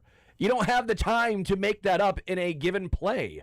And so we'll see what happens. But I do think, schematically speaking, and position-wise, Tyquan is your deep ball threat. I agree. And people that want to put Worthy in that role, I think just because he's fast doesn't mean that's his best skill set. I think he's a good route runner. I believe that. I think the best case scenario for the Chiefs is Tyquan Thornton becomes their best or stays their best deep ball threat, but by the end of the year, Cyrus Allen's their best third option as a wide receiver. If you get that where Tyquan Thornton is solely there to be the home run hitter, and then Cyrus Allen, Xavier Worthy, Rashee Rice, they're all your 15 yards and in, I really believe we could see a resemblance to that. What would it have been? The 2022-2023 team that had Juju's first year and MVS's first year? 22. That to 23 me was terrible. That's right. 23 was awful. 22 was when Juju was no longer the number one, that he had that one, or the anomaly year in Pittsburgh, but he was really effective for what, as a blocking wide receiver, he had close to 1,000 yards. MVS, he got like 700 or 800. Why can't the Chiefs have that, where you get 800, 900 from Rashee Rice, 700 from Xavier Worthy, then a guy like Justin Watson, who would be a Cyrus Allen in this case, can be valuable from time to time, and you're able to spread the ball around. The deep ball didn't work last year because all of the routes were either A, I don't have enough time, I have to get rid of the ball, and they were able to drop a safety and a corner on Worthy, and it became a jump ball situation, which how many jump balls, other than that one against Buffalo in the AFC Championship game, has Xavier Worthy won? Or how many jump balls has Rashee Rice won? Tyquan Thornton can, but he also outran a lot of guys. But when he did, was it not in some of those games where Kareem Hunt was doing at least a little bit of something where you couldn't drop everybody into coverage? They're just not those type of receivers. They are absolutely the 15 or 10 yards and in, where if Thornton has one deep ball, 20-plus yards a game, that might be asking for too much. But I'm totally fine with that if he's not a starter and he has anywhere from 30 to 40 catches on the year, as long as Cyrus Allen, because of where you drafted him, becomes a serviceable weapon. We'll take a timeout. I want to, real quick as we go to break, this is Patrick Mahomes' quarterback rating on deep throws, which are 20 or more yards down the field, not just throws that resulted in a 20-yard gain. It has to be 20 yards from the line of scrimmage down the field. Going back from 2018 to last year, 107.9, 121.1, 98, 116.7, 110.1. That's 2022. Last 3 years, 49.1, 78.7, 66.2. So did he forget how to throw the deep ball, or did they go from having a good wide receiver core that sort of is, as an overall wide receiver room, that offers the intermediate, the shallow, the Kelsey, the guys that can track the football over the top, McCole Hardman, although it struggled at times, but Tyreek Hill, and then MVS in 2022 when he was good. And then you had Tony, Sky Moore, MVS in 2023, and Justin Watson, 2024. We've talked about that last year with Rashee Rice in and out, Xavier Worthy injured, 66.2. When he's had guys that are legit top receivers, nobody questioned his deep ball ability. When his wide receiving core has been awful and the running game has been crap, all of a sudden he can't throw the deep ball anymore. Maybe there's something more to it than Patrick Mahomes forgetting how to play quarterback. More zone next.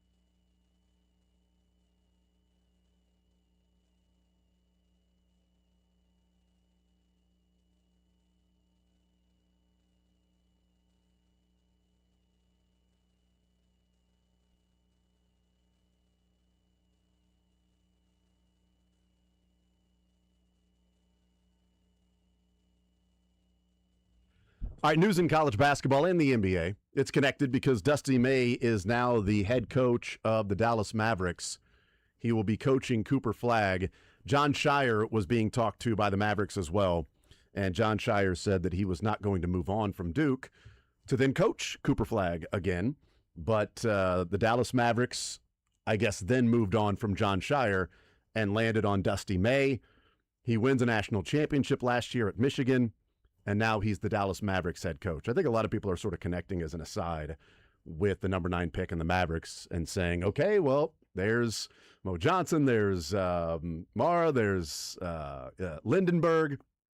They're going to take one of those guys, which, I don't know, I think that'd be not necessarily what they need. I think that'd be pretty dumb of let's hire this head coach, and then he's going to bring in somebody on this team that is like, who's probably going to be there is probably Burries that they would need more than Lindenberg or Mo Johnson or Mara, who can play with or off the ball with Kyrie and combine with Cooper Flagg. So it'd be interesting if he gets there and then drafts his own guy. But the big impact is college basketball and what's going to happen with Michigan. Michigan is now moving to name Kenny Boynton their head coach. The Kenny Boynton of Oklahoma State. He was fired a couple of years ago after 7 years making the tournament once. He is the assistant coach the last 2 years with Dusty May. And Kenny Boynton looks like he is going to be the next head coach of Michigan. And his task will be keeping the roster intact. And, man, you got to have a lot. If you're one of the recruits, you got to have some faith in Kenny Boynton in that he's going to be as good as Dusty May. And not just, I've got a good relationship with him through the recruiting process, but now the recruiting process is also how much money you're getting paid. Because that could open up another wave of the transfer portal with 3 of the top 50 freshmen are in Michigan's recruiting class, including one of the top shooting guards in America that's going to Michigan. And they've got 2 top 20 transfers in their recruiting class. J.P. Estrella from Tennessee, and then they've got the 7-2 center from Cincinnati that was at UCF and then went to Cincinnati and is now at Michigan. And it'd be really cool if he could be at 4 teams in 3 years, UCF, Cincinnati, and then Michigan / transferring somebody else somewhere else after not even playing a game for Michigan. That would be a fun trip for him. Yeah. 4 teams in 3 years. But even if Kenny Boynton keeps the roster together, I mean, it's good news for the rest of college basketball because Dusty May is a star, and just replacing Dusty May with Kenny Boynton isn't going to bring you what Dusty May brought you at Michigan. And I think that was about to be a dominant run of Michigan basketball over the next 5 years or so that I don't think will come anywhere close what it could have been with Kenny Boynton at the helm. Well, it's an impossible job to fill. I mean, it didn't matter if this was Mike Boynton or this was anybody else in college basketball. You're replacing a guy that didn't just win a national championship. They slaughtered everybody on their way to a national championship. It's like whoever was going to replace Dan Hurley if he took the Lakers job. That is a near impossible job to succeed at. And my concern with Mike Boynton coming from Oklahoma State, being a head coach, I always liked him as a head coach. He seemed to be a player's guy. He was somebody that I thought brought them back to respectability. But his only year that he made the postseason at OSU was the Cade Cunningham year.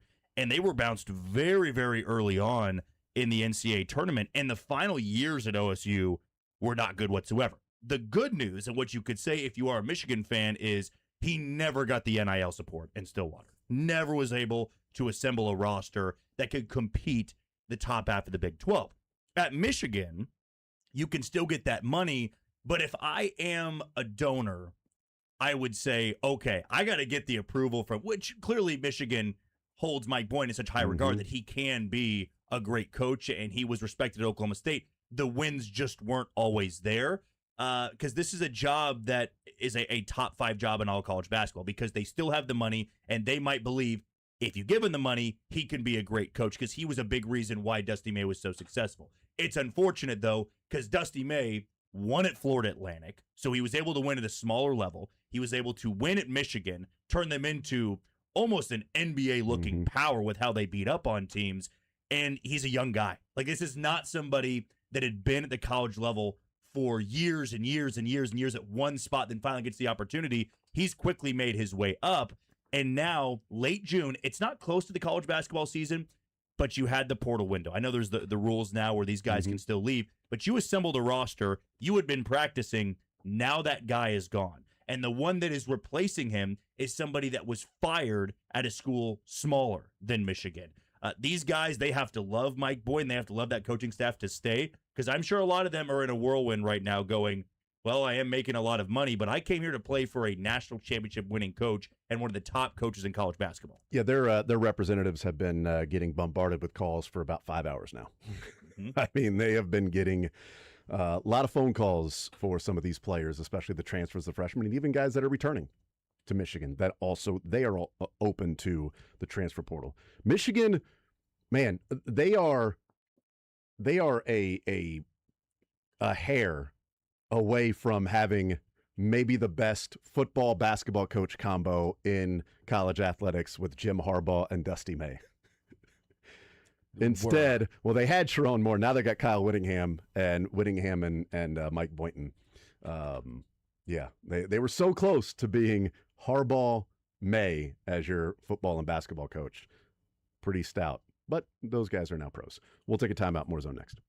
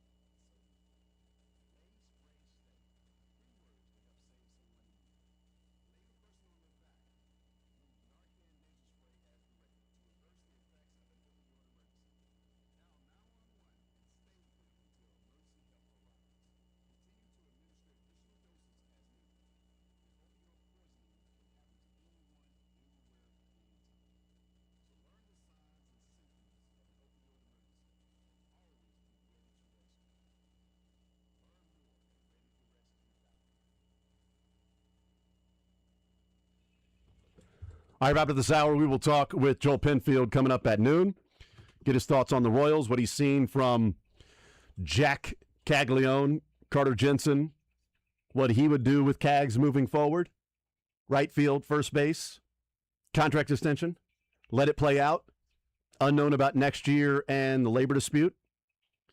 So we'll talk with him about what has happened in the month of June. Royals still 6.5 games out of the wild card, 9 games back in the Central, heading to Tampa Bay with a 5:40 start coming up today. So we'll talk with Joel Penfield in our next segment. Mick Schaefer will join us at 1 o'clock. Plenty of other stuff to get into today as we've talked a lot of Royals, we've talked Chiefs, we've talked Dusty May. We'll still get into the U.S. Open, some other things as well.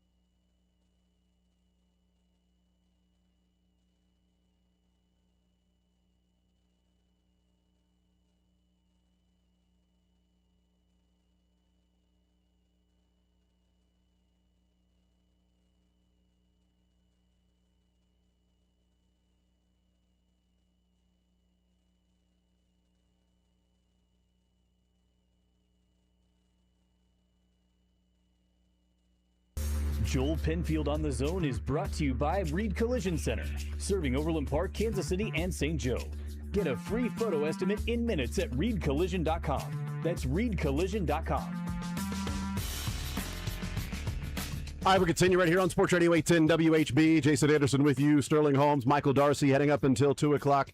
An hour from now, we will talk with Mick Schaefer, KSHB 41 Sports Director. We'll get Learn Funniest Best in here as well with Mick Schaefer. Joining us now is Joel Penfield, One Royal Way podcast here in the Zone on a Monday. Joel, welcome in. How are you, sir? I'm doing great. How are you guys? We are doing just fine. Would have been nice to see a sweep of the St. Louis Cardinals, but it was nice that the Royals fought back and made it a game and end up losing by a couple of runs. Let's start off with the weekend that was. The Royals do take 2 of 3, or I guess extended weekend, Thursday, Friday, and Sunday. The Royals do take 2 of 3 from the Cardinals.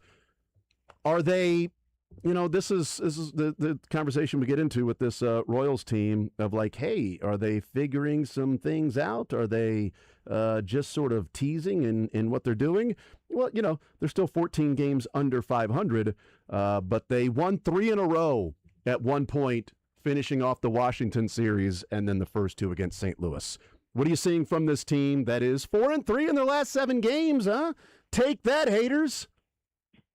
I mean, it's something, right? And I think where I'm at the point this year where I just want to see just any sort of positive sign that this year can be viewed as a one-off or a dip that then can rise back up quickly. And I think what we've seen from Jack especially in that Cardinal series, really over the last month, gives you some hope for that.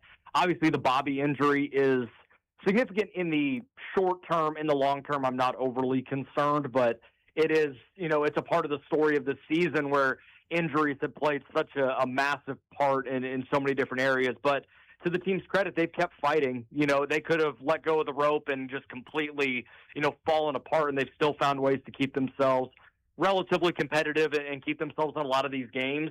And I think yesterday is a prime example of that. You're down 5-0 early. You immediately battle back, get a couple of runs, and then it's 9-2, but then you still get a couple more runs, and eventually, you have the winning run at the plate in the 9th inning. It didn't ultimately work out, but that could have been a situation where they just let go of the rope and lose 16-3, and instead they found a way to do it. And I know that's a little, maybe a little too much glass half full, but I do think it shows that this team is going to continue to fight, and they're still going to find ways to try and keep themselves in it, even if it ultimately win-loss record isn't going to look like it at the end of the year. Yeah, I talked about in the first hour, Joel, that this weekend felt a lot like weekends and series of the past and how I, remember watching Royals baseball way too often. That is, oh, heck yeah, they beat the St. Louis Cardinals. They took 2 of 3. It would have been nice to sweep, but you know what?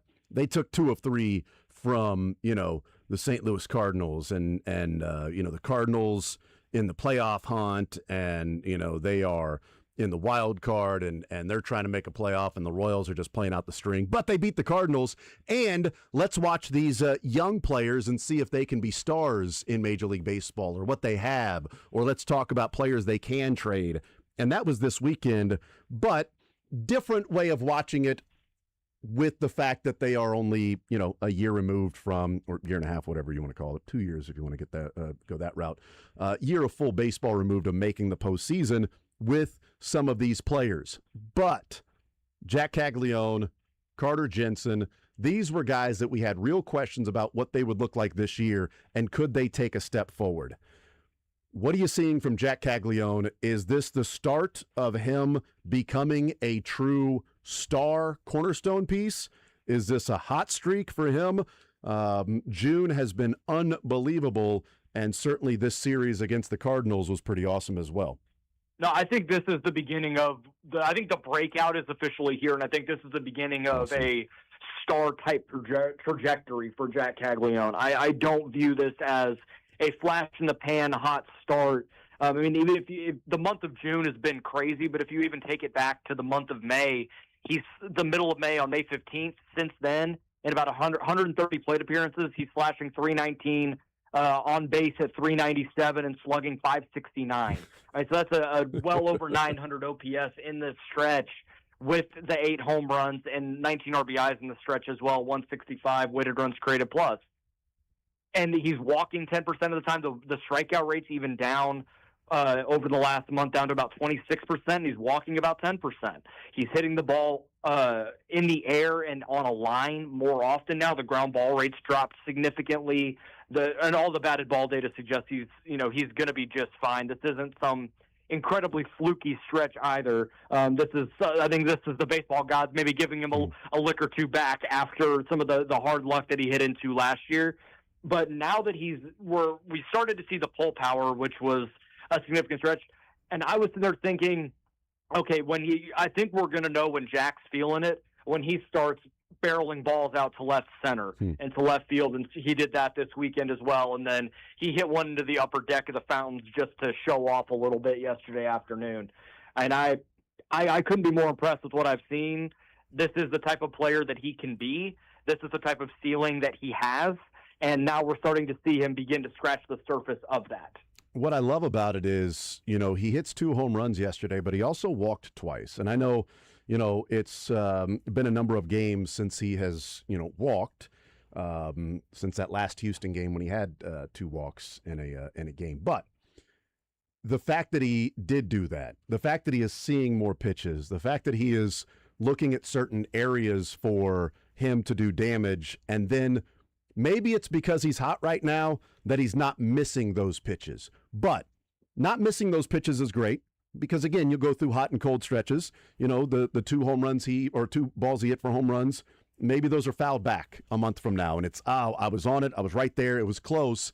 But to me, it's the at-bats, it's the approach, and it's willing to work deeper into counts and willing to take a walk where last year and at certain times this year, Joel, it felt like he was, swinging out of his shoes, or it was a 2-0 count, therefore I have to swing. Even though it's a strike, but that's a pitcher's pitch. You're swinging at a strike. Okay, we'll swing at strikes. You don't have to swing at every single strike unless you've got 2 strikes on you, but 2-0 isn't an automatic swing, and it felt like so often he was doing that, or, early in the count was swinging at pitches, and now 2-0, he's been willing to take a strike that's not in the area that he's looking for, to extend the at-bat to give himself a better chance of getting on base. That's the growth and the maturation, and I was wondering if that would eventually result in the power, result in, getting on base more, and that is exactly what's happened. I don't think the power is now bringing about pitchers pitching him more carefully. I think his approach and being more selective has led to this hot streak. I think there is a significant part of that, and also his growth as a hitter in that he still makes some swings that you're like, oh, I don't know if I would have like chasing an 0-0 breaking ball or something like that. Mm-hmm. But what we saw from him last year is when that would happen, the at-bat was essentially over. Like, it was just a matter of, okay, is he going to get himself out or is he going to strike out? Instead, you'll see pitchers try and double him up and see, okay, is he going to expand again? And he doesn't, and he learns from it. The learning within at-bats has been incredibly impressive. We've seen him take some of these shots in early counts, trying to do damage. But if it's a breaking ball or a changeup instead of a fastball, he'd be out on his front foot, and it would be a ground ball or a weak little fly out, something like that, and not staying back and using his legs and keeping his base strong to drive through the ball. And both at-bats yesterday, first pitch changeup from Dustin May, and it was annihilated, and he stayed on his back foot and didn't lean out forward, and we saw where it resulted, hitting into the upper tier of the Fountains in right center. And then in the 9th inning, Riley O'Brien tries to flip an 0-0 slider over, and Jack was ready for it, didn't lean out on his front side, and deposited that one into the Fountains as well.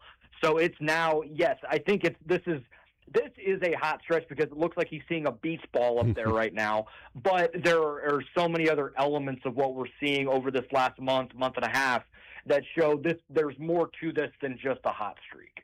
Visiting with Joel Penfield, also Dustin May going from the Michigan head coach to pitching yesterday and now the Mavericks head coach. What a 24-hour stretch it's been for him. Good for him, though, Joel Penfield is our guest. One of the things I brought up in the first hour, and this can be totally anecdotal, but it feels like this. And maybe it feels like it because he's hitting the ball over the fence, but it seems like he's swinging easier. And the miles, 100%. Okay, thank you. The bat speed is down a half mile an hour from last year, but it feels like he's swinging easy. I would love to see it in June. Like if you could break it down month by month.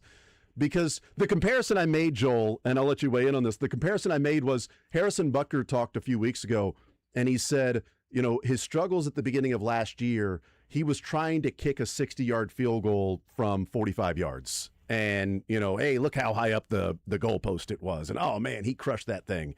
And it was like, well, I don't need a 60-yard field goal. I need a 45-yard field goal. So Jack doesn't need to hit the ball 500 feet because there isn't a wall that's put 500 feet out there for him to hit it over.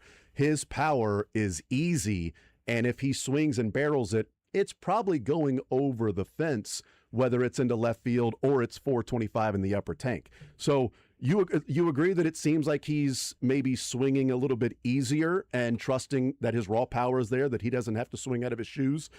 500-foot home runs are awesome, but they still count the same. I think it's more just a confidence to get his ace swing off in certain situations. Okay. And because yesterday, the 2 home runs that he hit, the first one when he hit it was that the second inning as I'm scrolling down on Baseball Savant here. He swung 83 miles an hour.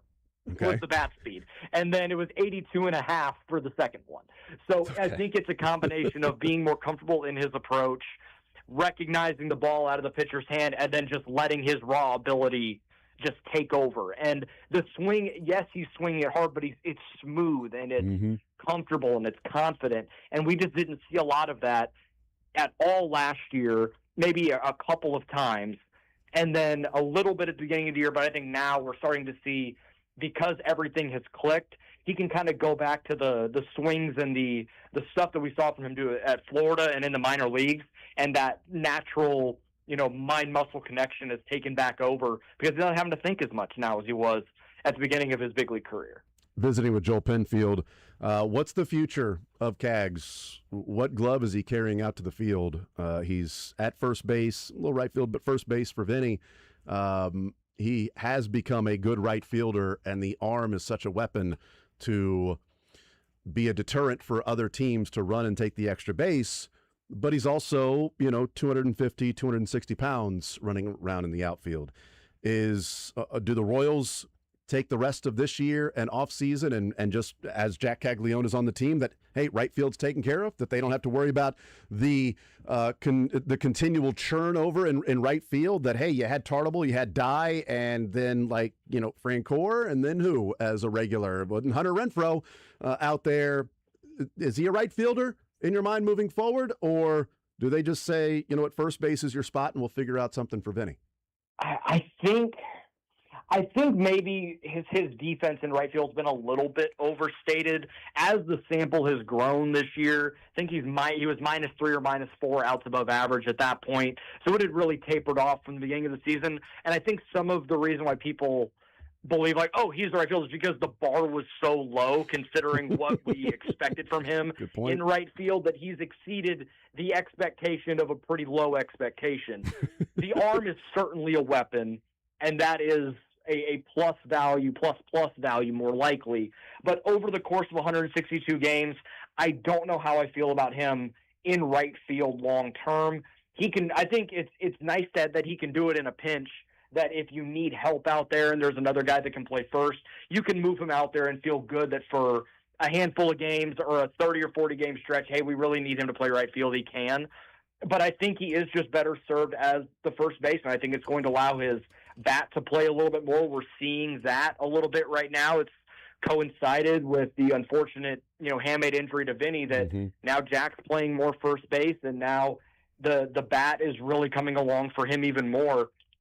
I do think eventually he probably is your first baseman of the future. That doesn't necessarily mean that Vinny has to go. I still maybe naively think there's a world where they still coexist on the 2027 Royals and beyond. But right now, I think as it currently sits, and maybe slightly prisoner of the moment, but I do think Jack is your first baseman of the future, and they still need to figure out the outfield. Yeah, the offseason is going to be interesting because if they have an opportunity and it comes to fruition of moving Vinny in the offseason, if that is something they decide to do, well, they have Jack that can play first base. If they have something come about to where, wow, we can acquire this right fielder and, we're not going to move that position, but Jack can play first base depending on what goes on with Vinny, or Vinny can DH. I think what Jack Caglione almost offers them is with the ability to play both. If something comes up to where, wow, we just found a right fielder, then, hey, we can move Jack to first base. Or they look at it and go, nope, Jack is our right fielder, so we need to figure out if Vinny is our first baseman moving forward in 27 and 28. I almost feel like the offseason has a possibility of dictating where the Royals put Jack over the next couple of years, because if it's easier for you to find a right fielder, not necessarily in general. I think in general it's easier for you to find a first baseman that can play a representative first base than a right fielder that can, hit a representative level and play defense. But if you find this offseason it was easier for you to find a right fielder, well, then Jack can play first. Or this offseason, it was, hey, man, you got this first baseman, and you move on from Vinny, or Vinny is the DH, then Jack is in right field. Is there an element of the offseason availability may dictate the position for Jack on opening day next year? I think that's a good way to look at it. So I think what we're going to see the rest of the year is he does a little bit of both. Whenever Vinny comes back, if he comes back at a reasonable time, then imagine if we see him back out in right field, he plays some first, he DHs, and they just kind of play it by ear. But I don't think we have necessarily the set position for Jack Caglione until the offseason. With if they decide to keep Vinny around, if they decide to move him, however they decide to do it, we'll see a little more as this thing goes. But really, more what we know now is that he's your 3-hole hitter for the rest of the year, and he's done pretty well in that position thus far. Are we prisoners of the moment, or is somebody a prisoner of the moment if they feel like 78, less than a half season in, that we've gone from feeling like who the 1, 2, 3 hitters in your lineup are going to be the next couple of years to feeling like who the 1, 2, 3 hitters in your lineup are going to be the next couple of years, but it's 2 of the 3 are different, from Michael to Bobby to Vinny? There you go. You're set 1, 2, 3. You got Vinny a 2-year contract to avoid the arbitration at the end of that year. You got Michael long-term, Bobby long-term. There's your 1, 2, 3. Less than 80 games in, less than a half season. Are we looking at maybe the 1, 2, 3 moving forward is actually Carter, Bobby, and Jack? I think it's fair to say. I'm not gonna hold out too much hope, considering how often they have flipped the lineup around and moved, and maybe over a larger sample, maybe Carter proves he's better served moving down in the order. But right now seems like he's gotten pretty comfortable in that leadoff position against right-handed pitching, and Jack has looked comfortable, lefty and righty, and then obviously we know what Bobby Wood Jr. is when he's on the field. So I think right now that's your 3, and that's a 22-year-old, a 25-year-old, and a 23-year-old, and the top 3 are your order, all with club control for another half decade plus. That does make you feel pretty good as a Royals fan, that even if this year has not been, successful in pretty much any way outside of some individual performances, that the future is still bright as we go forward. The only thing that could be better is if Jack was a center fielder, because then you'd have catcher, shortstop, center. That would be great, yeah. But beggars can't be choosers. I'll take a guy hitting 50 jacks playing first base. I know, yes. And having the catcher, shortstop be 2 of those 3. It could be different. It could be, left field, second base, and DH. As your 1, 2, 3. So I'll take the catcher, shortstop, and wherever they put Jack Caglione. Visiting with Joel Penfield, One Royal Way podcast. As we get closer to the trade deadline, I know a lot of it is, selling and looking to add maybe minor league players. Should the Royals, or do you think the Royals will be, if you're JJ Piccolo, be looking to add some players that actually would be impactful for 27 and 28, or give you options in 27 and 28? I don't think anybody would look at the Royals and say, well, you're trading prospects for a major league guy. Are you going for it this year? But 2 names that I've looked at that could help and, add to the floor of next year. Mickey Moniak as a Rocky, he's 27. I do wonder what he looks like outside of Colorado, because he's had a career year with Colorado. What would it take to do that? Outfielder, maybe that's your answer to left field, because it doesn't feel like Isaac Collins is. or Oswald Peraza from the Angels, if the Angels can figure out that they're not going anywhere, so maybe they should move some pieces. Those are two examples I'm giving, both with club control for the next couple of years if you were to acquire somebody like that. Could the Royals be not necessarily looking to offload some pieces for, prospects, but should they be looking to acquire pieces that can help them in 27, 28, 29? I do think that's one way they could go about this. And I know that may sound odd to people to think it's a very binary thing if you are buying or you are selling, right, when you think about the trade deadline. But we've talked about before, I mentioned either last week or the week before, like this team is not going to punt on this window. As disappointing as this season was, this is not the end of this run with this group. They're going to try and retool this thing so that in 27, 28, and beyond, this is still a viable competitive playoff team. And one way they do that is by doing what you mentioned and going and finding guys that still have a little bit of club control or on a cheap contract that are either on a contender that are kind of blocked or maybe not living up to the expectation and need a change of scenery, or a guy on a bad team that, maybe levels things up a little bit. I like the idea of Mickey Moniak. I just am so hesitant about guys that play for the Rockies, bringing them, out of the Coors Field, elements, because the OPS at Coors Field for him is it's a one dot. It's 1,072, and then on the road, a massive drop in batting average. The slug goes from 718 to 462 home road for Mickey Moniak. So going from, you couldn't go to two completely different offensive environments, going from Coors Field to Kauffman Stadium, especially from a power perspective. So I would avoid that. One name that caught my eye a little bit was from Buster Olney at ESPN. He did his big trade deadline primer, guys that could get moved and potential fits. And one guy that he had listed was Matt Shaw, who was, I believe, in the 2022 MLB draft. Came up through the Cubs organization, made his debut last year. Just hasn't quite gotten going yet. And with Bregman and Swanson and Nico Horner, in that infield, he's kind of blocked right now from a lot of consistent playing time. The Royals were mentioned as a potential fit for him. That would be a name that I would look at, a guy that I think still has some decent upside. Maybe you play him at second base, as you go forward, maybe look at him as that potentially for the future. That would be a name that, if made available, you give up a couple of prospects for him. I don't think it will be anything of major significance that, takes away from kind of a future window with some of these young guys that the farm system's trying to build up. But it helps you in the immediate, and with 4+ years of control, I think that could be a way to this thing. The Royals could go about it if they go that route. That would be a name I would look at. Yeah, that's interesting. I like that one as well. One of the other things that we can talk about as it gets closer is some of the people that they may move. Like if they were to move, let's say for instance Seth Lugo, I think the immediate reaction would be, okay, what did they get back, and did they get the value back of what you should get back for him? And I would even go the route of, even if they don't get if they get 70 or 80 cents on the dollar for Seth Lugo, what also has to be added in is, you were going to pay him $21 million next year.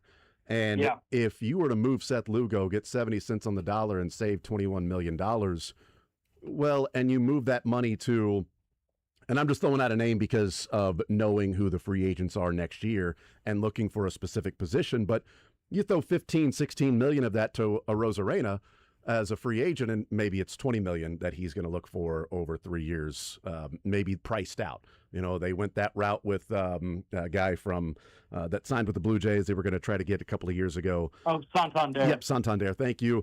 They went that route. Maybe it's a Rosarena. Okay, so Seth Lugo is traded for a couple of prospects, and that money goes to a Rosarena, or even cheaper, like Taylor Ward or something like that.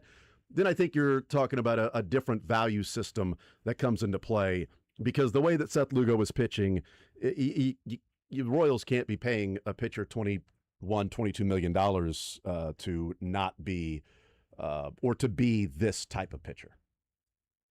Yeah, that it's going to be interesting to see what they decide to do, because I don't think they trade Waka and Lugo.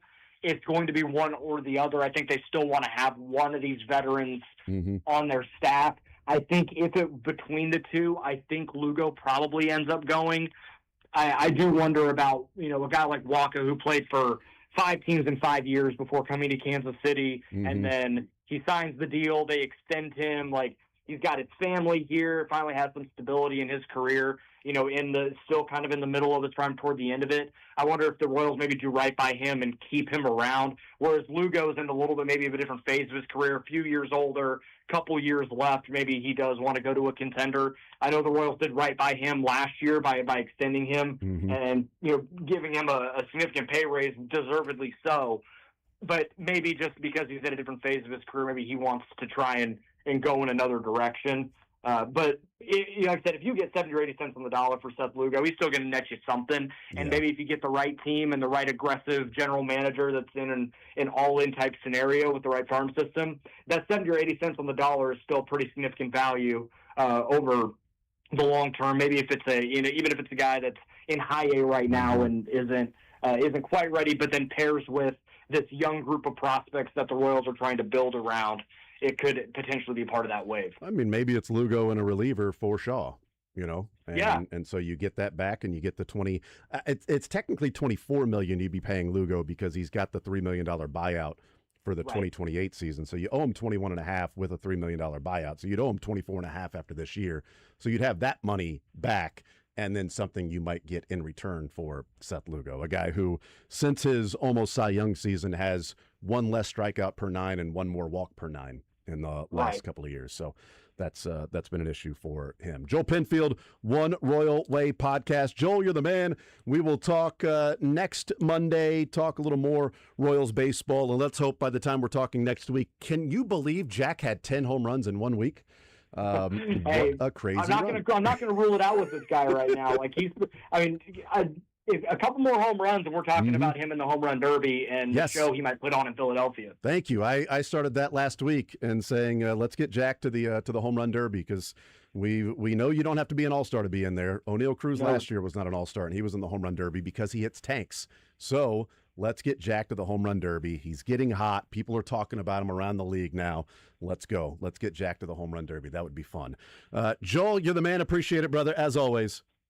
Thanks, guys. Absolutely. There's Joel Penfield, One Royal Way podcast, joining us, talking about the Royals, and a lot of it, obviously, about Jack Caglione and what we've seen from Cags through the month of June, through, the last portion of May and the month of June, and what he's done, and this season breaking out and looking like the star that people wondered, could he be the number 1 pick in the draft? And he fell to number 6. The Royals got him, and he's looking like that guy that just simply mashes. We'll take a timeout. We'll come back. We'll continue rolling more zone next. You're in the zone with Jason Anderson on Sports Radio 810 WHB.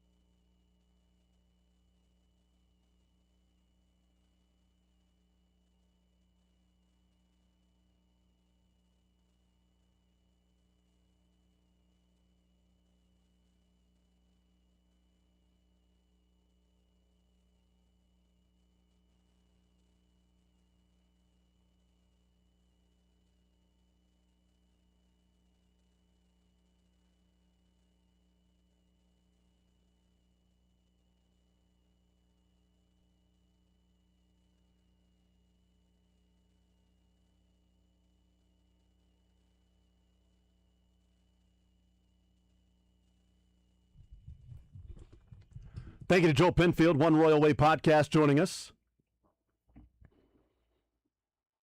Talking about the Kansas City Royals and Jack Caglione. We talked a lot about that in the first hour, about what Cags has been doing, but also Carter has been pretty darn good as well. Those two guys establishing themselves as maybe, cornerstone pieces for this team moving forward. Let's hear from Carter. This is Carter Jensen last night after the game was over, talking about his at-bat. Like, we've heard from Jack the last week or so about what he's doing at the plate. Been jacked up. Yeah, that's right. Those two baseballs were jacked up yesterday. Guarantee you that. Both of them. I wonder, like, when they fished them out of the fountains, were the seams still on them? I wish, you know how you can't put your hands in the fountains anymore? Jacked up! What if You could put your hands in the fountains. don't you get tossed? I don't know. I'm just saying, what if you could? Yeah, that'd be tight. Number 2, can you bring a fishing net? What are the rules? Can I bring a fishing net People and have done fish it. the ball out? Yeah, you Yeah, but I don't want to done get it. tossed. I know people have done it, but I want to make sure I'm not getting tossed. But would it be worth it, though? No. For a jack tank No. in the ninth inning?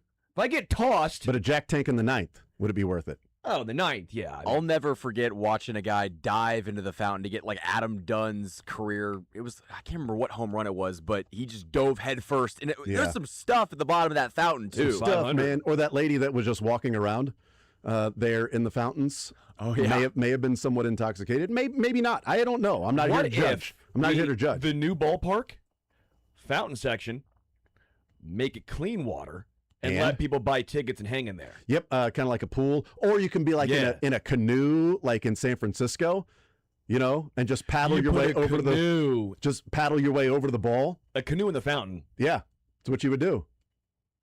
I'd rock that. You would pay money for a certain game and a certain inning.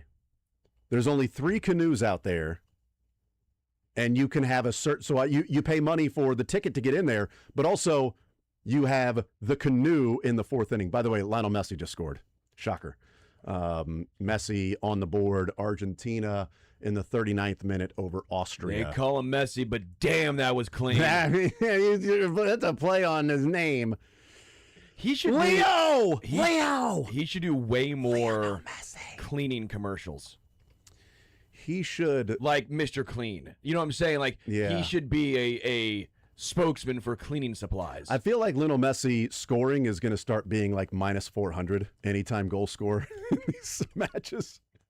But also, 2 or more goals. Might as well bet on that. Well, he missed was it a PK early? Oh, did he? Yeah. I did not see that. See, you should have 2.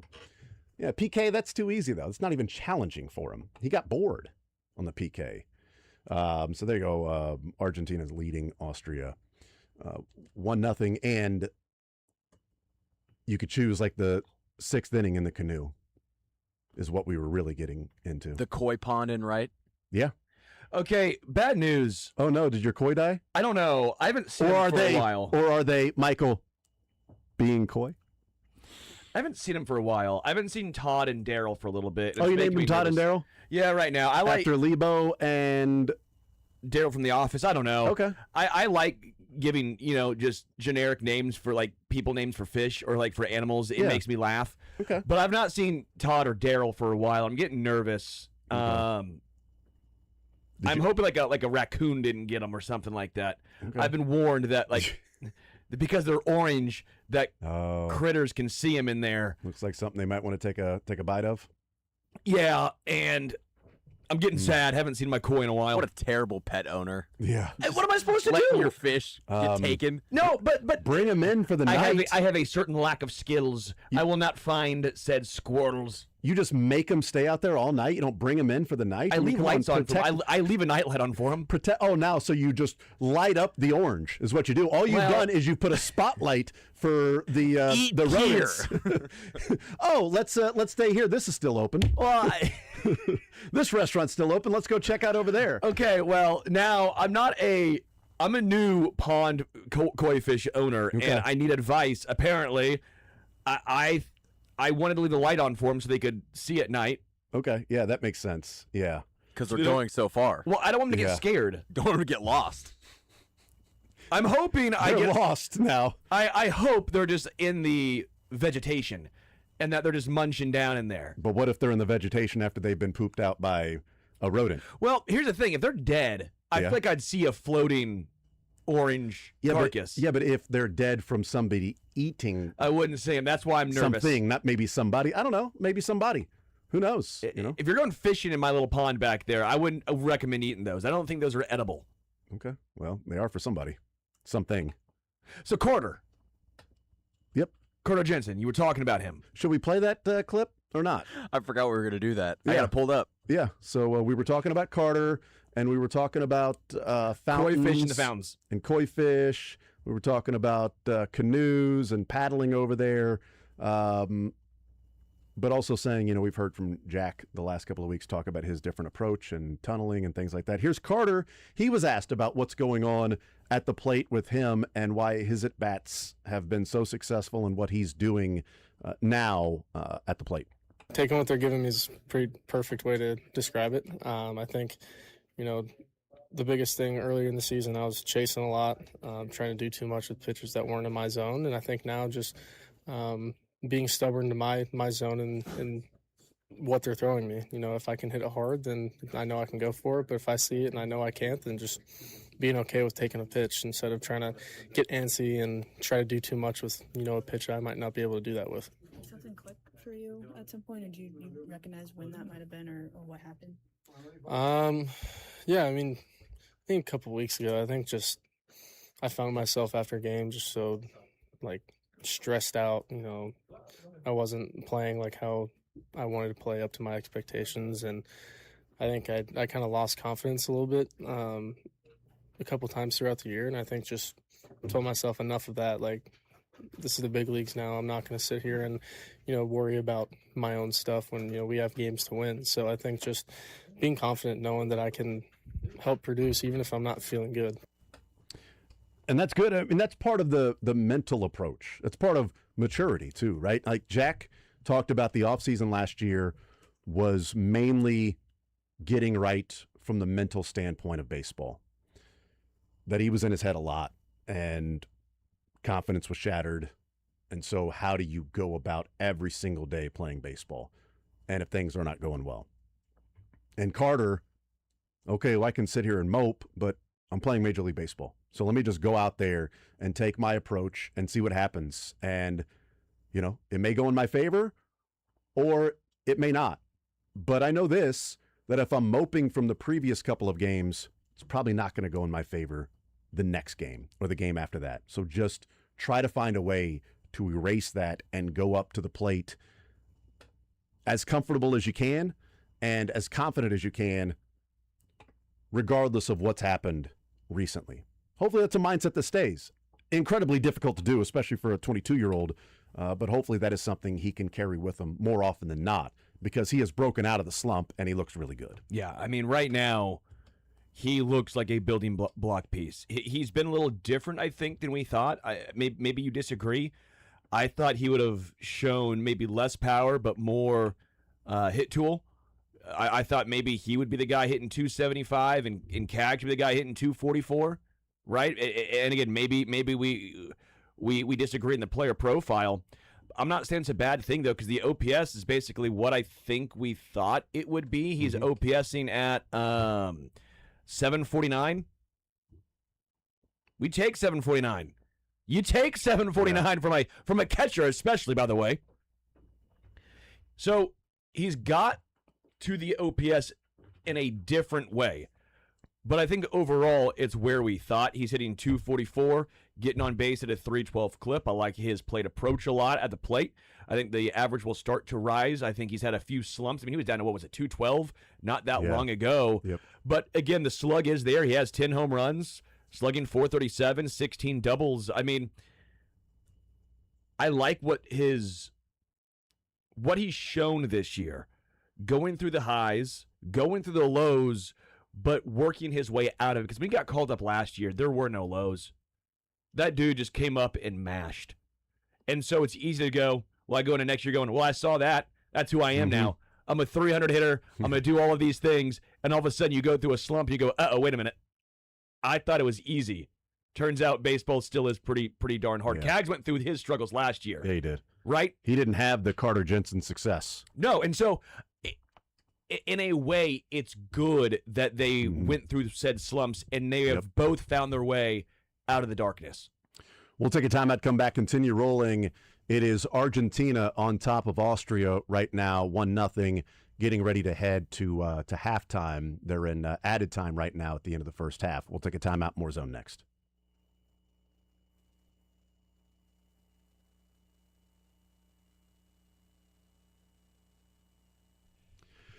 All right, so speaking of that match, as the world's biggest soccer tournament already here and continuing to go on, and boy, a physical affair. There already been a yellow card for a shoulder thrown into somebody. There's a trip that just happened, a push, the referees getting involved. You know what? That might result in maybe Argentina running away with this thing. On Kalshi, they are trading right now at 80%. I mentioned earlier in the show that they started off trading at 60%. So if you got into the market on Kalshi with Argentina at 60% to win, right now it's at 80%. You can wait for the rest of the match and hope that, Austria doesn't score a goal or it's not a draw, or you can go ahead and sell and get out of your position right now. And you've taken the profit from the money you put in there at 60%, and now you've just gained a third of your money profit of what you invested because it's now up at 80%.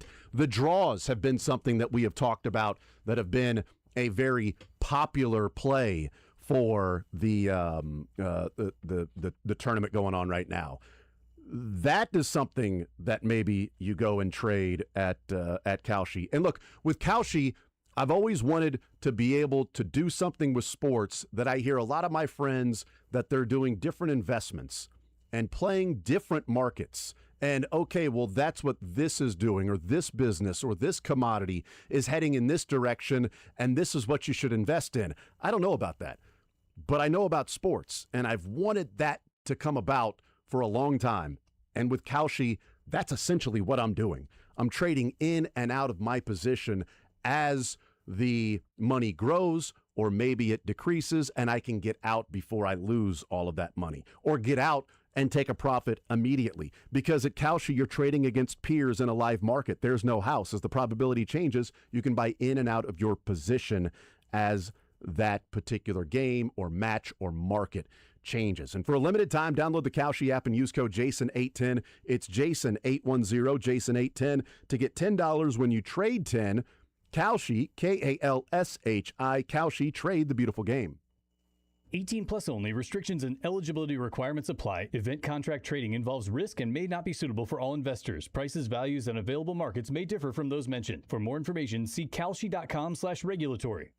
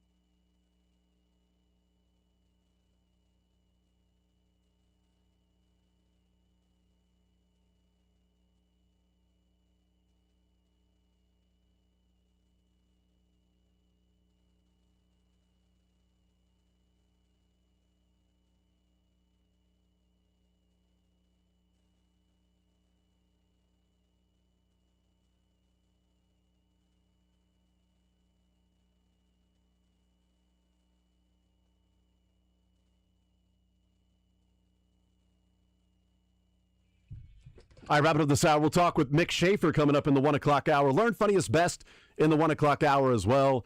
The U.S. Open wrapping up yesterday. Wyndham Clark getting the win.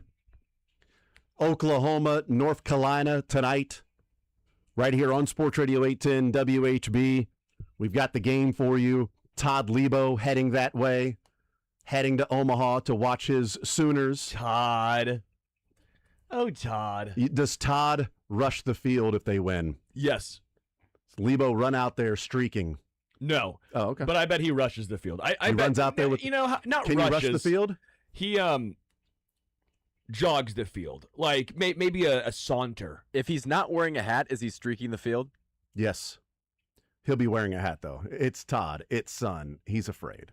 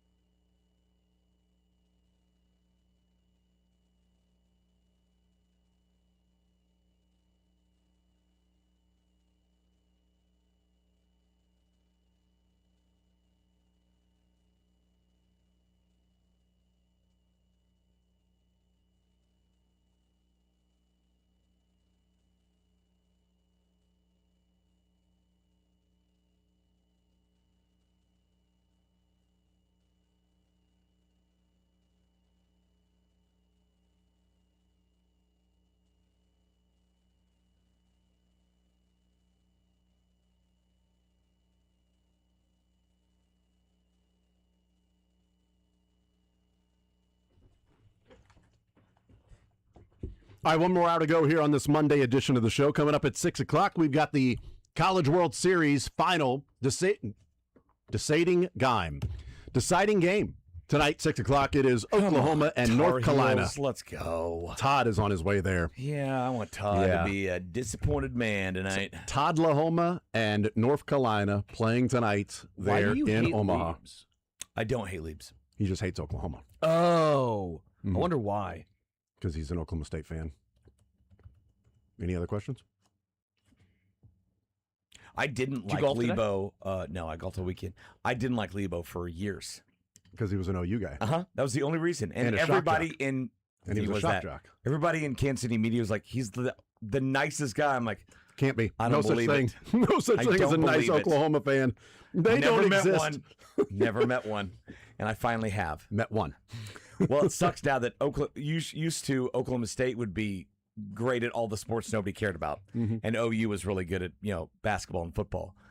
Now OU's good at baseball, and they got all those amateur golfers that were doing great at the U.S. Open and all that. It's so stupid, man. How was your bro trip this weekend? It was great. Good times. Oh, do you want a bro trip? Oh, dude, you were broing out with the boys. Yeah, he was eating a lot of protein and hanging out with a guy named Brosif, Teddy Roosevelt. Was there too. Everybody was. Yeah. It was a great time. I was actually on hole 4 at Firekeeper when I got a text from my playing partner's wife. Texted both of us, said, "Hey, I was just listening to 8 Sports Radio 810, and Jason Anderson said Mick Schaefer's coming up." My buddy texted, he's like, "That's highly unlikely." I doubt that. Yeah, we're gonna give him a call. I was like, I swear I told them, but I might not have, or they might have forgot. Either one. So that's what I texted you guys. You didn't tell us. It's all good. I remember talking about doing a road trip this weekend. Yeah, I didn't mean you were gone Friday. No, I was gone Friday because I'm going to be gone. Yeah, I remember you saying road trip, but not gone Friday. Well, I believe Jason more. Jason also said you didn't tell us. Yeah, I didn't remember hearing that. While you were with your bros, did you stay at a Wyndham Clark this weekend? I didn't stay at a Wyndham. It's not? Oh, it's pretty nice, though. I mean, it's like a 4 or 5 star hotel, right? It's pretty good. No, pretty but nice there was an actual sports book there, so you got to physically go up and walk your bets up there. And how about that old school? That's weird. Did you wait in line and go, okay, now, do I press something on my phone here with this? How do I make this bet here in line? I'm here at the front. What do I do here? I got money? Yeah. Oh. Basically, every conversation was, okay, what odds can I get if I put Japan and Ecuador together? What odds can I get? The phone will Should tell have you walked right away from that bet, by the way, because I put Japan and Ecuador both to win together. The phone will tell you right there. Why can't you? The phone they don't work there. They don't work inside that. Oh, I know, yeah. But it's like I got to ask you, like, what How'd all these you play? What kind of tournament did you guys do? Was it a Ryder Cup? Was it just a friendly going out and playing? Friday, 24 of us. Friday was 24 bros. 2-man best ball. Nice. And then you kept your own score, and then you got seeded for the next day, which was and you got paired the 1 seed with the 24 and so on. Oh, a singles little match. You got paired with somebody else, and you did a scramble shamble on Saturday. Nice. That's fun. How'd you play? It was okay. You didn't seem thrilled by it. You seem... You have 24 bros that all got together for the same weekend and made it? Paul was there. Paul was the 2 seed. I shot like a 70, or sorry, I shot an 89. He shot probably like a 79. Gilbert? No, Bork. Paul Bork. Yeah. Paul Bork. Yeah, no, his real name's Gilbert. Oh, it is? Yeah. That's his maiden name. His last name or first name? First. Maiden. Why does nobody call him? They call him Paul, though, right? Yeah. Because we call him Paul, yeah. Yeah, but I think it's He's a good Gilbert player. Paul. Yeah. Yeah. We had a great time. He's the one that went by Gildo. That's right. That's why it's Gildo, because Gilbert. If you're wondering. I wish I would have known that. I would have called him that all weekend. That's why it is that? Yes. Oh, just from Gilbert? That's why. Okay, good to know. Good to know. Anybody named Gilbert, that's your nickname? If you see him, he had a big night at the tables on Saturday. So nice. Be Good like, for yeah, him. he can get lunch next time. Have to borrow a little cash from him. Let me hold a little bit there. That's good for him, though. But still, like 24 guys on a bro trip is a huge trip. How does that actually work? How are you and Gilbert in the same You can't get 4 people together grouping? How does that find work? a way to take a trip there's together? a huge gap. At K-State, he was good friends with one of my buddy's sons. Nice. So, yeah, he's been on it before. Nice. How about that? Good player.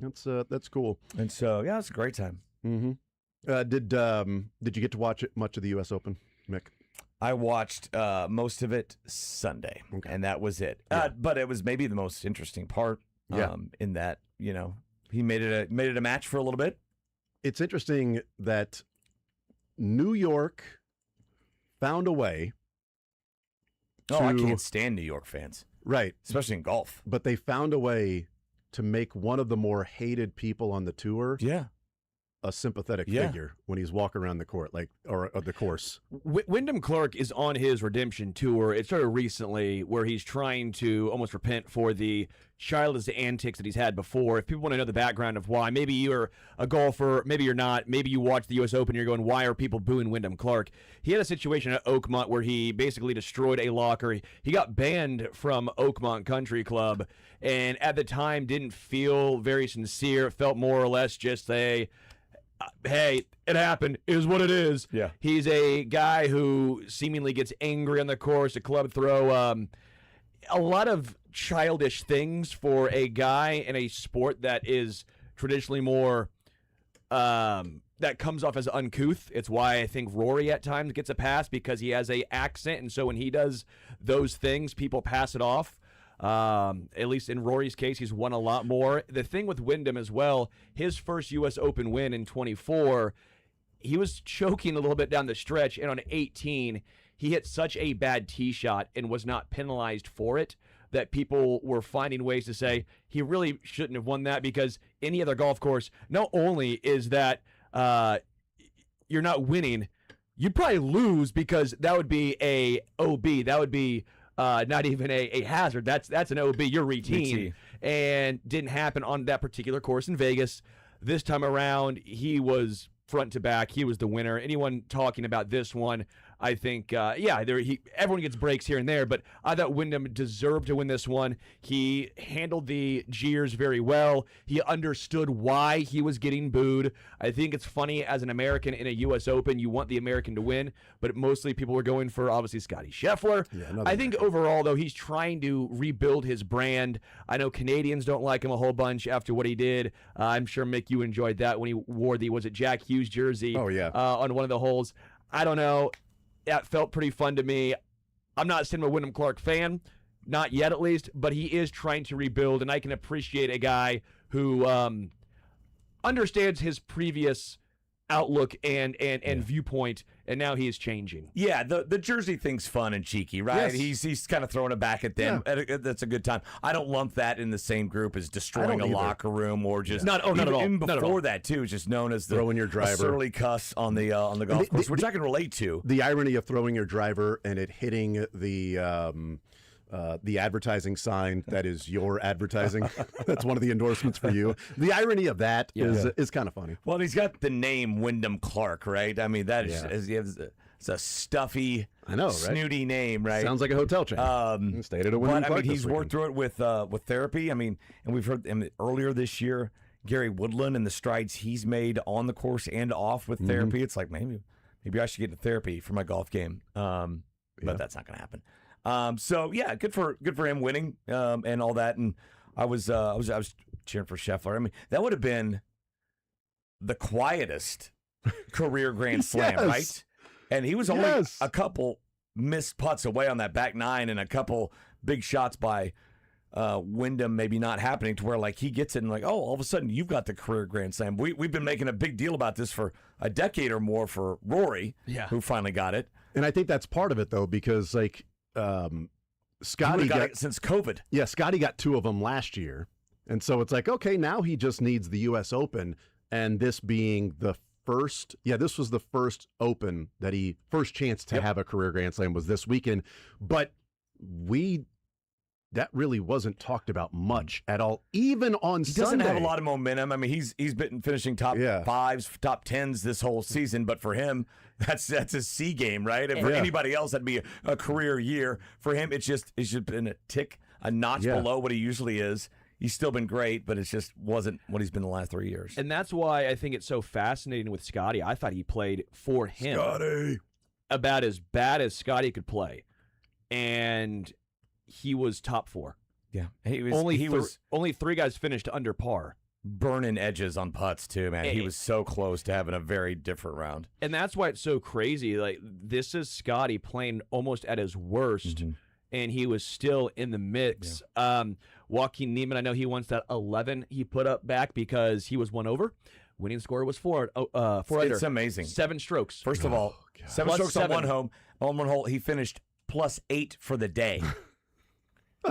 He went day. Was he the low man on? I think he was tied 65, and then it's low man yesterday, right? I think he was tied for low man yesterday as well with Oberg. So yeah, I think he was low man 2 out of the 4 rounds. Wyndham Clark, bestowed his behavior onto Joaquin Niemann now. Yeah, and somebody had to pick it up. Yeah, you had to pass it along. It's like the world has to be the same weight. So when somebody loses 10 pounds, somebody has to gain 10 pounds because it can't throw off the balance of the world. So it's the same thing with balance of the PGA Tour.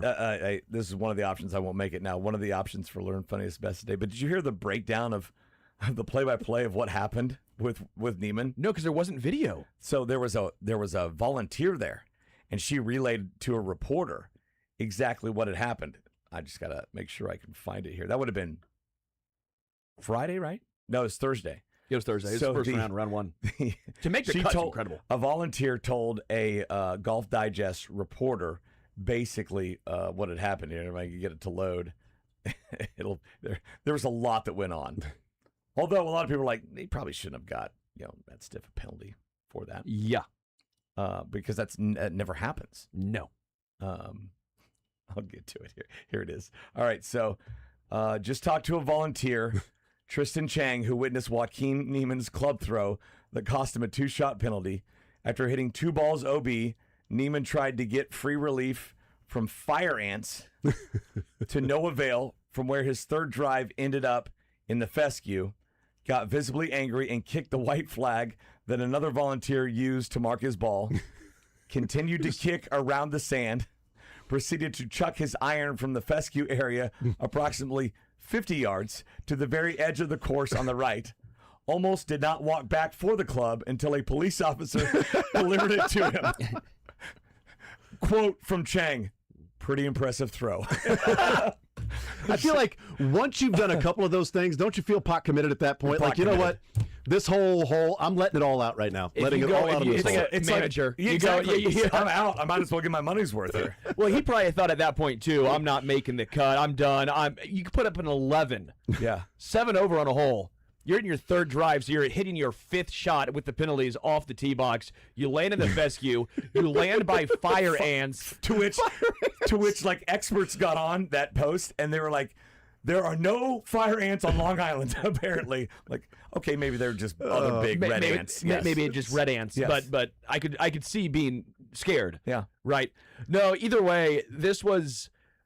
I think it ended up being better than we thought, this U.S. Open, because last time around, obviously, +1 was the winner, and when it was in Shinnecock with Brooks Koepka. We all wanted to see, I wanted to see struggles. It's fun. 4 times a year, I want to see the best of the best in really difficult conditions.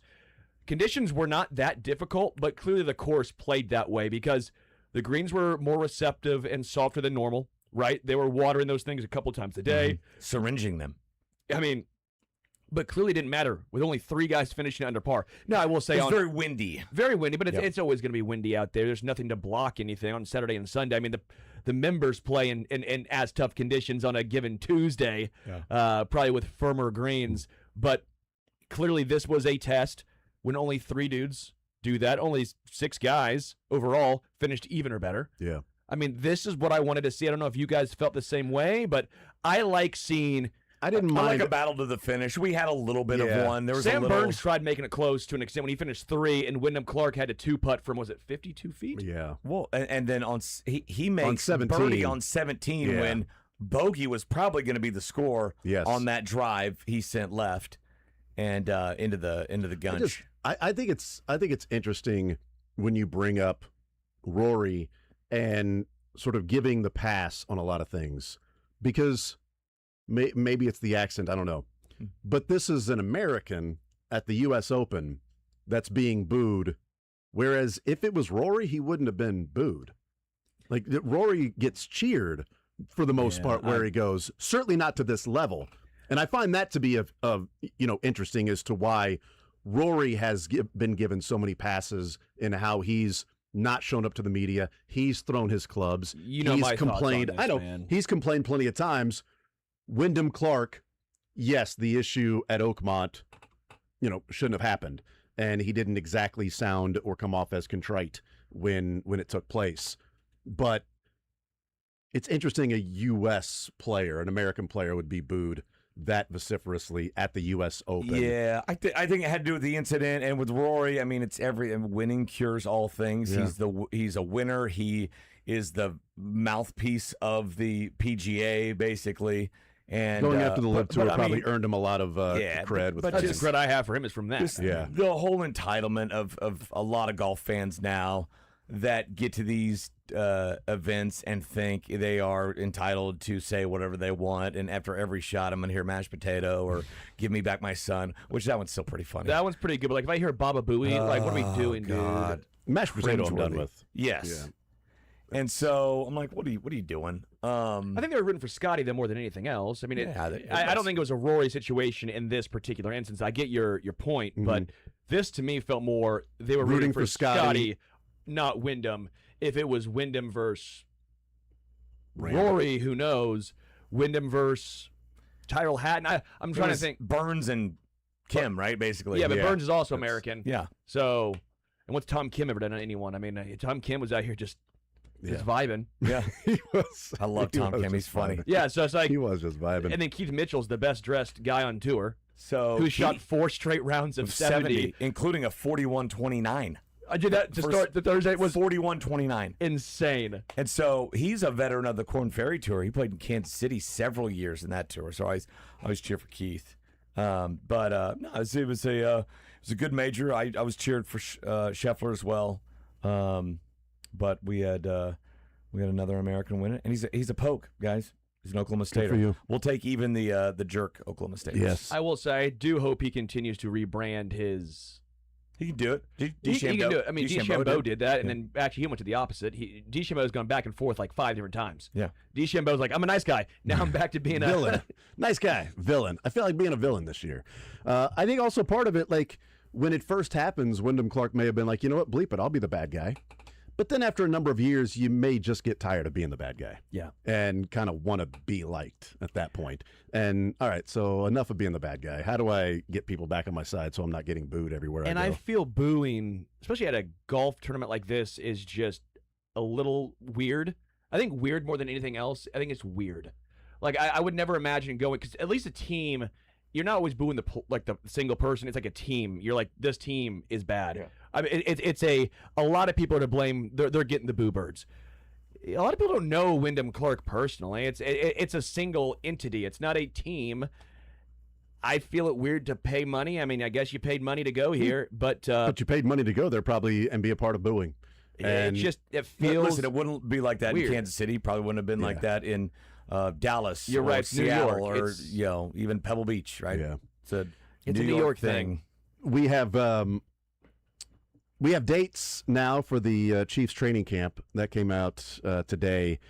The rookies and quarterbacks will report on July 24th, and July 28th will be the veterans reporting to training camp. So we told you it'd be later on because the NFL schedule They went later. back. Remember last year, everybody reported together. Yeah, so now it's just 1 year. Now they're back to that. Rookies July 24th and veterans July 28th. So a week later. The three-peat. Does this say that they don't care anymore? Oh, maybe that was the Chiefs reason. dynasty's over. Wow. Wow. They need those quarterbacks and rookies reporting earlier. The end of a dynasty.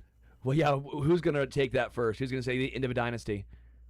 Everybody last year that talked about the Chiefs pretty much nationally. Those people are dumb. We started hearing that after the Super Bowl. Yeah, no kidding. New Orleans. Being beat by the Eagles. It's done. It's over. Told you guys they were eventually going to lose. Called it for the last 2 years. Dusty May is a Dallas Maverick now. He is in negotiations, but it's been reported he's taking the Dallas Mavericks job day before the NBA draft. The reigning national championship coach will be leaving Michigan in late June. And it looks like Michigan is in negotiations with Mike Boynton to be the next head coach for Michigan, the lead assistant for Dusty May. And his apparently priority number one for him Overall. is to maintain the roster. That apparently is priority number one for him, is to maintain. You think? Should be. What else? What would be if that wasn't? What would be priority number one? What do you if get? that 15 wasn't- days? Is that right? Yeah, the portal's going to open up, and they have not only do they have good late June. Yeah, not only do they have good players that are returning, they've got 3 top 50 freshmen, one of the top shooting guards in America. They've been back for almost a month. Yeah. Practicing, workouts, doing some of those practicing, things. But now your coach is no longer there, that you've been going through practice. Dusty May did an interview on Field of 68 over the weekend talking about the non-conference schedule and why they built it a certain way and how tough it is, but this is why they went about certain games. It's like, wouldn't that be one where like, oh man, something came up, I can't really do the interview. Sorry about that, man. And 2 days later, it's like heavy negotiations to be the Dallas Mavericks I don't head coach. follow the NBA as much as other people, but Mavs have not been playing basketball for a while. It's been a while. Like this, it's been a couple years. Once they traded Luka, it's been a little bit. Good point. Yes. Since then, just haven't. They're like, hey, what if we shown trade up. Luka for Anthony Davis? Yeah, that'd be a good move. I mean, unless they told Dusty May we're going to hire John Shire and negotiations broke down, and then last night they go, hey, Dusty, you're now the guy. Okay, let's work on a contract. Unless that happened, it's a little odd to do an interview for a Field of 68 it's in the middle of the offseason, like again, and talk specifically about the non-conference schedule and your roster and why you built it a certain way. I mean, that wasn't, maybe it was an iron in the fire, but you can't believe it was 90% done or anything like that. I mean, otherwise you don't get on and do it. Yes, apparently they wanted John Shire first. He can go back to coaching Cooper Flag, but he wanted to stay there. But they went and got Dusty May, who has, boy, you talk about striking while the iron's hot. He stroked. He stroked. He's Clarence Carter. Oh, Clarence Carter. Crap. Clarence Carter. He'd be stroking to Michigan is what he was doing, and which is cool because Sharon Moore was there at the time. So Dusty May, takes advantage of the iron being hot and goes to Michigan, dominates college basketball, just a dominant run, and now he's getting paid NBA money there with the Dallas Mavericks. All I have stuck in my head now is "Stroking" by Clarence Carter. Why? It's a great song. I mean, you know why, because you said it, but do you know that song, Mick? I do know that song. I'm pretty sure. Yeah. Yes. Name the person that Michael, doesn't know the song. George, can you play that song? Michael probably doesn't know it. Michael, do you know the song? What's the song? "Stroking" by Clarence Carter. Maybe if I heard it. No, just play it real quick. Play it real quick. You've probably heard it. Let's go to break. We've got Learn Funniest Best coming up next. Clean version.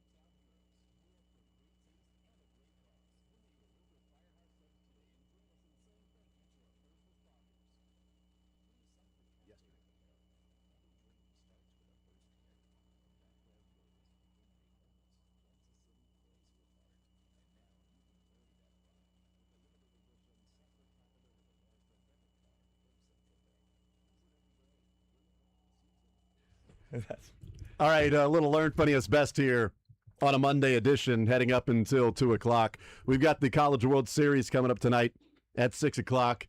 The third and final game, Oklahoma and North Carolina tonight for the College World Series. It's right here on Sports Radio 810 WHB. Learn Funniest Best, what we learned from the weekend, funniest from the weekend, and best from the weekend. What I learned this weekend is an amazing stat about Tony Gwynn.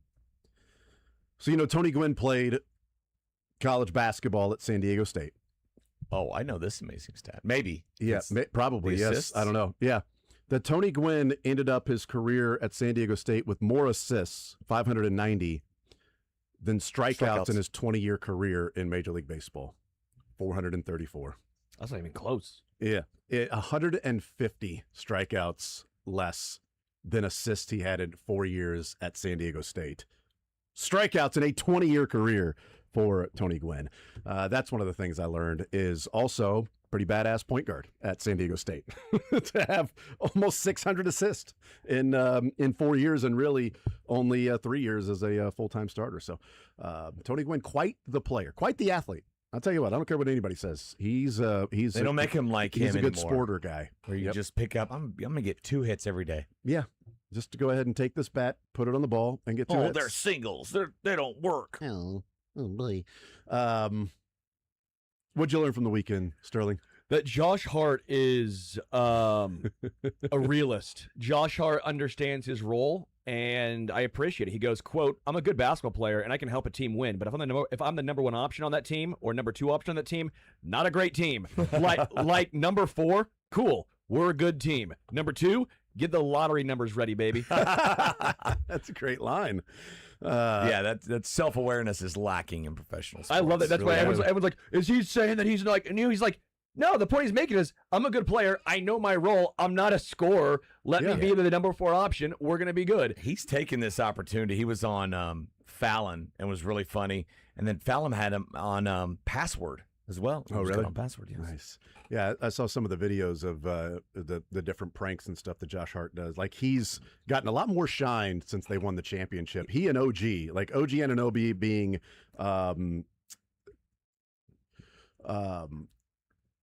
he's being... You've got this. He's not being funny on purpose. Accidentally, OG he's just that time when accidentally, organically funny when he's not going out of his way to be funny. Allegedly, I would assume. Ironically stoned funny. out of his mind on that show, and then Kat had to step in and answer. Yeah. They asked him a direct Cat question, Stevens. and he's just sitting there like, no idea, just zoned. But Josh Hart and the little pranks and everything, he's was great. Squirting people with the water bottle, and he unties people's shoes on the sidelines at games. He'll bend over and then he'll just grab their shoelace and walk away. That's fun. You got to keep it fresh. I like man. Josh Hart. Got to keep it fresh. All right, what'd you learn from the weekend, Mick? I learned how much soccer hates goals. I had no idea. This was a Japan goal that wasn't allowed. It was big to some at the time. It was probably 10 minutes into the match. They had already scored once. And they kicked the ball. It rolls in. Literally 95% of the ball is over the line, but a little sliver is touching the back part of the line after the rest of the ball is in the goal. Not a goal. I'm like, what? It's the opposite of a touchdown, to where, like, if you edge of the tip of the ball touches, the very edge of the plate, you've broken the plane. You've got to fully break the plane. I had no idea. And then there was I can't remember which match it was. There was an offsides on a corner, which I didn't think you could do. I saw that as well. It was yesterday, I think it was. Yesterday. Yes. It was an offsides on that corner, yeah. Because of the rebound, the guy was in the offsides position, I guess. Yeah. And I'm like, I didn't think you could do that. Yeah. Well, there was one that was the one that kicked it in from the corner, and he didn't get onside in time. That was the one I'm thinking. So he's got to get onside. Yeah, it was like, well, he's still standing out of bounds. behind the goalie, and or his foot was still out of bounds technically when the ball was shot. So, there's a lot of rules in soccer. They have rules and Most things. of them are to prevent goals from happening. They have rules and stuff. That's for sure. Mike, what did you, or Michael, whoever wants to go next, what did you learn this weekend? With Dusty May taking off for the NBA, both Jim Harbaugh and Dusty May left Michigan after winning a national championship. To take a professional job. To take a professional job. Why did Sean Moore leave? Different reasons. Okay. Yeah, they were very close to having Jim Harbaugh and Dusty May as their football and basketball coaches at Michigan. But they don't. They have Whittingham and Boynton. So one of them. You'd take a title if it meant your great coach is leaving, 100%, right? yes. Restart, 100%. Give me a 2-year college basketball coach that wins a national championship and goes to the NBA. Yeah, Dennis even Gates, has a scandal, whatever. I don't care. Dennis Gates wins one and leaves. Yeah, I mean, Eli Drinkwitz wins one and leaves. Thank you, Eli. You get a statue, and we will remember you forever. Yeah. But even who would we consider right now the best coach in college football? Who would it be? Probably Day, Save Kirby Smart. Kirby Smart. So you would take Kirby Smart coming to Missouri Indiana for 2 years, right? Yeah. If it meant a title, and he's Are you gone. serious? Yes. Yeah. How pissed would Indiana be if Kurt Cinetti went and took an NFL job after winning a national title? You're going to be so mad. But then also happy. I'm just joking. I cannot believe. You would be upset. You'd want him to stay. Yeah, that's unfortunate. Okay. That sucks. It would almost help the legacy, though, because if he wins a national championship and leaves, you don't have the opportunity for things to go south 3 years from now. Billy Donovan. He didn't leave right after he left a couple years after. Yeah. Kevin Ollie should have taken an NBA job after winning a national title at UConn. That would have been smart. All right, the funniest. We start with you, Sterling. All right, this is more of just like a story, and it's a good idea. So, as Americans, we're not the big soccer culture of the cheers and the chants and all of that stuff. Yeah. This is more or less just a great idea. What if you set it up like college game day? So what if you set up all the pregame routines like college game day? What if all the intros were like Metallica, Inner Sandman, or Hell's Bells, right? Instead of all these chants. And then I think the best part was this from NCAA transfer portal. What I would give to see Lee Corso put on a giant eagle head. Like, just imagine that. Like, you set it up or like 3 lions. I'm picking 3 England. lions. Take it, England. So I think somehow we need to do this. Lions. We need to do this where we get this college game day style. We get Lee Corso to put on a giant bald eagle dome over his head. Mm-hmm. And I think America would never lose again. Get McAfee involved.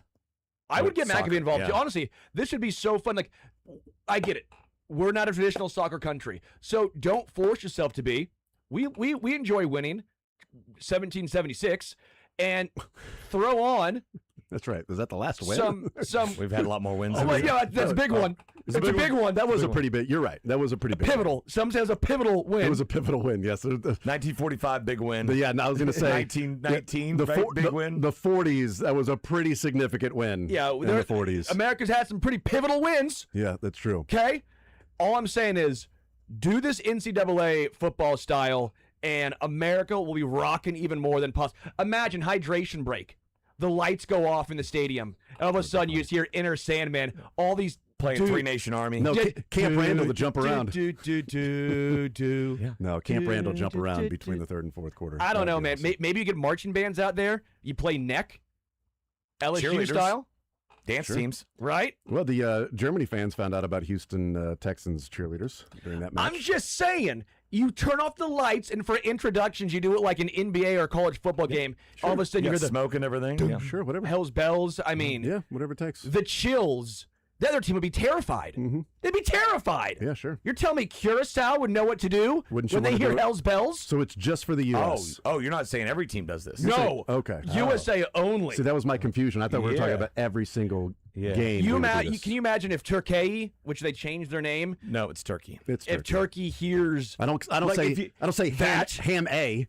And you don't say It's turkey Deutschland, and right? ham. Yes, it's turkey. It's It's turkey. ham. It's not chicken I A feel like and we're not consistent turkey on and this. Poland A. It's either Turkey A and Deutschland, or it's Turkey and Germany. I mean, right? And then Yeah. Finland, you say something different, right? They pronounce it different. Yeah, Yeah, whatever. whatever. so just Canada. So, yeah, I think it's way better than just giving every player a kid. Yeah, right. This seems They don't- way I tighter. don't think they give them the kid. They though. don't They don't keep get to the- they don't keep keep the. them? Yeah, no, I Okay. think they have to give it back. I think they have to give the kid back. I'm pretty sure. That's good. That's probably. Yeah, I'll check on that. That's probably legal. I don't want to say something that's not true. Yeah. I'll check on it to see if the kids that have walked out with the players the last couple of matches back up at in home. Kansas City. You know how you are get given in back. Messi's dome? Give him a kid bigger than him. Well, yeah. This kid's only 8. Really advanced 9-year-old. Freebird. This kid drove here. Freebird, he would have no idea what to do. You have John Cena crushing beers out there. You have Kevin James doing the intro. Kevin James. Interesting. God bless Start your America. engines. Yeah. God bless our troops. And ladies and gentlemen, start your engines. Was that Kevin James? That was Kevin James, okay. yeah. Okay. Yeah, I guess. All I'm saying, I hear what you're saying. No, we definitely We've said it over and over again. Yeah, we I definitely want hear you. this. Okay. Yeah. Yep. we I definitely- need someone with power to do it. Yeah. Who has the power to do this? Trump and the head of FIFA. That's it. You just got to talk to them. Head of FIFA and Trump, if you're listening, which I know you are, They are. do took a this, listen. please. Yeah. Mick, the funnies from the weekend. What for did you? he want done? Did we clarify? I think it was college game day style stuff for every match. Oh, okay. Yeah. And kids for and everyone. kids giving away. Kids to are the gone. players. Bleep the kids. And Get them out of here. Adoption Get papers 'em at outta here. He had kickoff like a for 25-year-old swimsuit model. How about that? That's what Yeah, we'll do that. And we have way better ideas, dude. Yes, we do. Michael's got it. So this is the Chargers social media team. They asked their players at the end of each interview, they would say, "Hey, can you say blank?" And blank would always be the war cry for their college alma mater's rival. Oh, okay. So if it was me, they were like, "Hey, can you say Boomer Sooner real quick?" And it catches all of them off guard. It's very funny. Here we go. Last thing for us, can you get Go Gators? Hell nah. Maybe something for the U, Go Canes? Man, heck nah, bro. What is we talking about? Go Seminoles, bro. What is we come on, go Seminoles? What is we talking about? Florida State, believe it. Last thing, can we get a fight on in the camera? Yeah, nope. All right, thanks, Scott. Can we get a quick fight on into the camera? No. No. A quick Hill State in the camera? Can we get a quick fours up? Quick Go Gators with Chong? Hell no. Are you sure? Go Gators? No. Quick roll tide. That's Lad McConkey, I'm guessing. Whenever you're ready. I'm trying to see who you talking to. You talking to me? Hey, go Tigers, man. The real Tigers. Quick sick 'em with bear claw. No, you cannot. You sure? Sick 'em. No, you Sick 'em? cannot. Yeah. As in. Nah. Get a I'm Go guessing Dogs Quentin in the Johnson. camera. Go Dogs. Who's the dog? The Huskies. What is it? Go. Oh, nah. He almost got it. Quick horns down. No. No? No. You don't want to do that? Hook 'em. Horns up. No. No? Horns up. Go Gators with the Gator Chomp. Maybe Go Knowles. You got that? No. Go Canes, baby, for life. You thought you would call me slipping? Me? Go Knowles into the camera. Quick go what? Go Knowles. Get a Gator Chomp. Hell Something no. like that. Go Knowles and a Gator Chomp? It's a prank. Oh, I was about to say. That's all like, going on? Can we get a quick Go Dogs in the camera? Come on. I know you know this one. Go Dogs. This is a joke. Are we having a great time? Are you okay with this? Is this funny? Is this good? Who came up with this? Yeah, this is when I storm off. Y'all got me messed up. Go Cougs. On today, tomorrow, yesterday, last week, this week. Go Cougs, go Cougs, go Cougs. Bye. So I learned also that the Chargers have a lot of guys from Florida State, Miami, and right? Florida. That was really Yes. good, dude. Yeah. That was Also, I fun. learned the duck was a cuss word.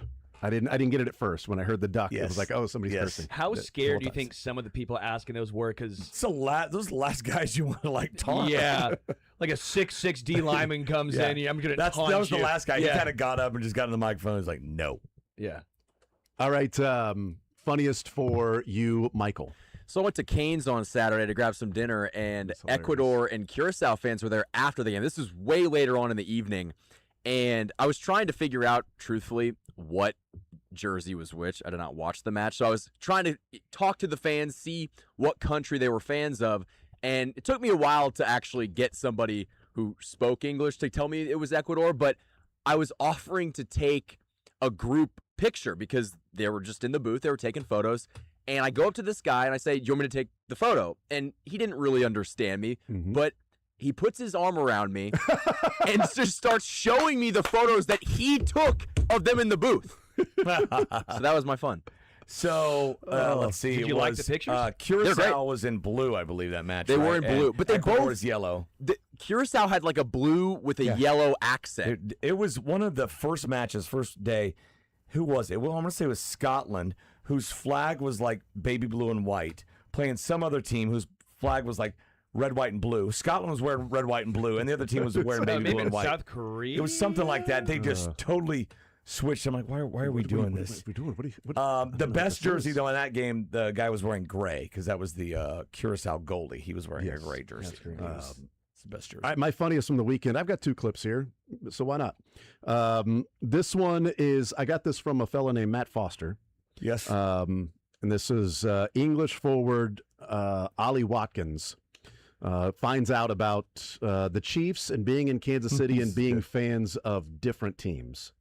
Yeah, I wore a Dallas Cowboys jersey into Kansas the other day, and I was with my family, and the guy said to me, "You can't wear that around here." So, yeah, I won't be wearing that again. But yeah, I don't know too much about American sports. But look, the hospitality's been amazing, and I feel like everyone's so friendly over here.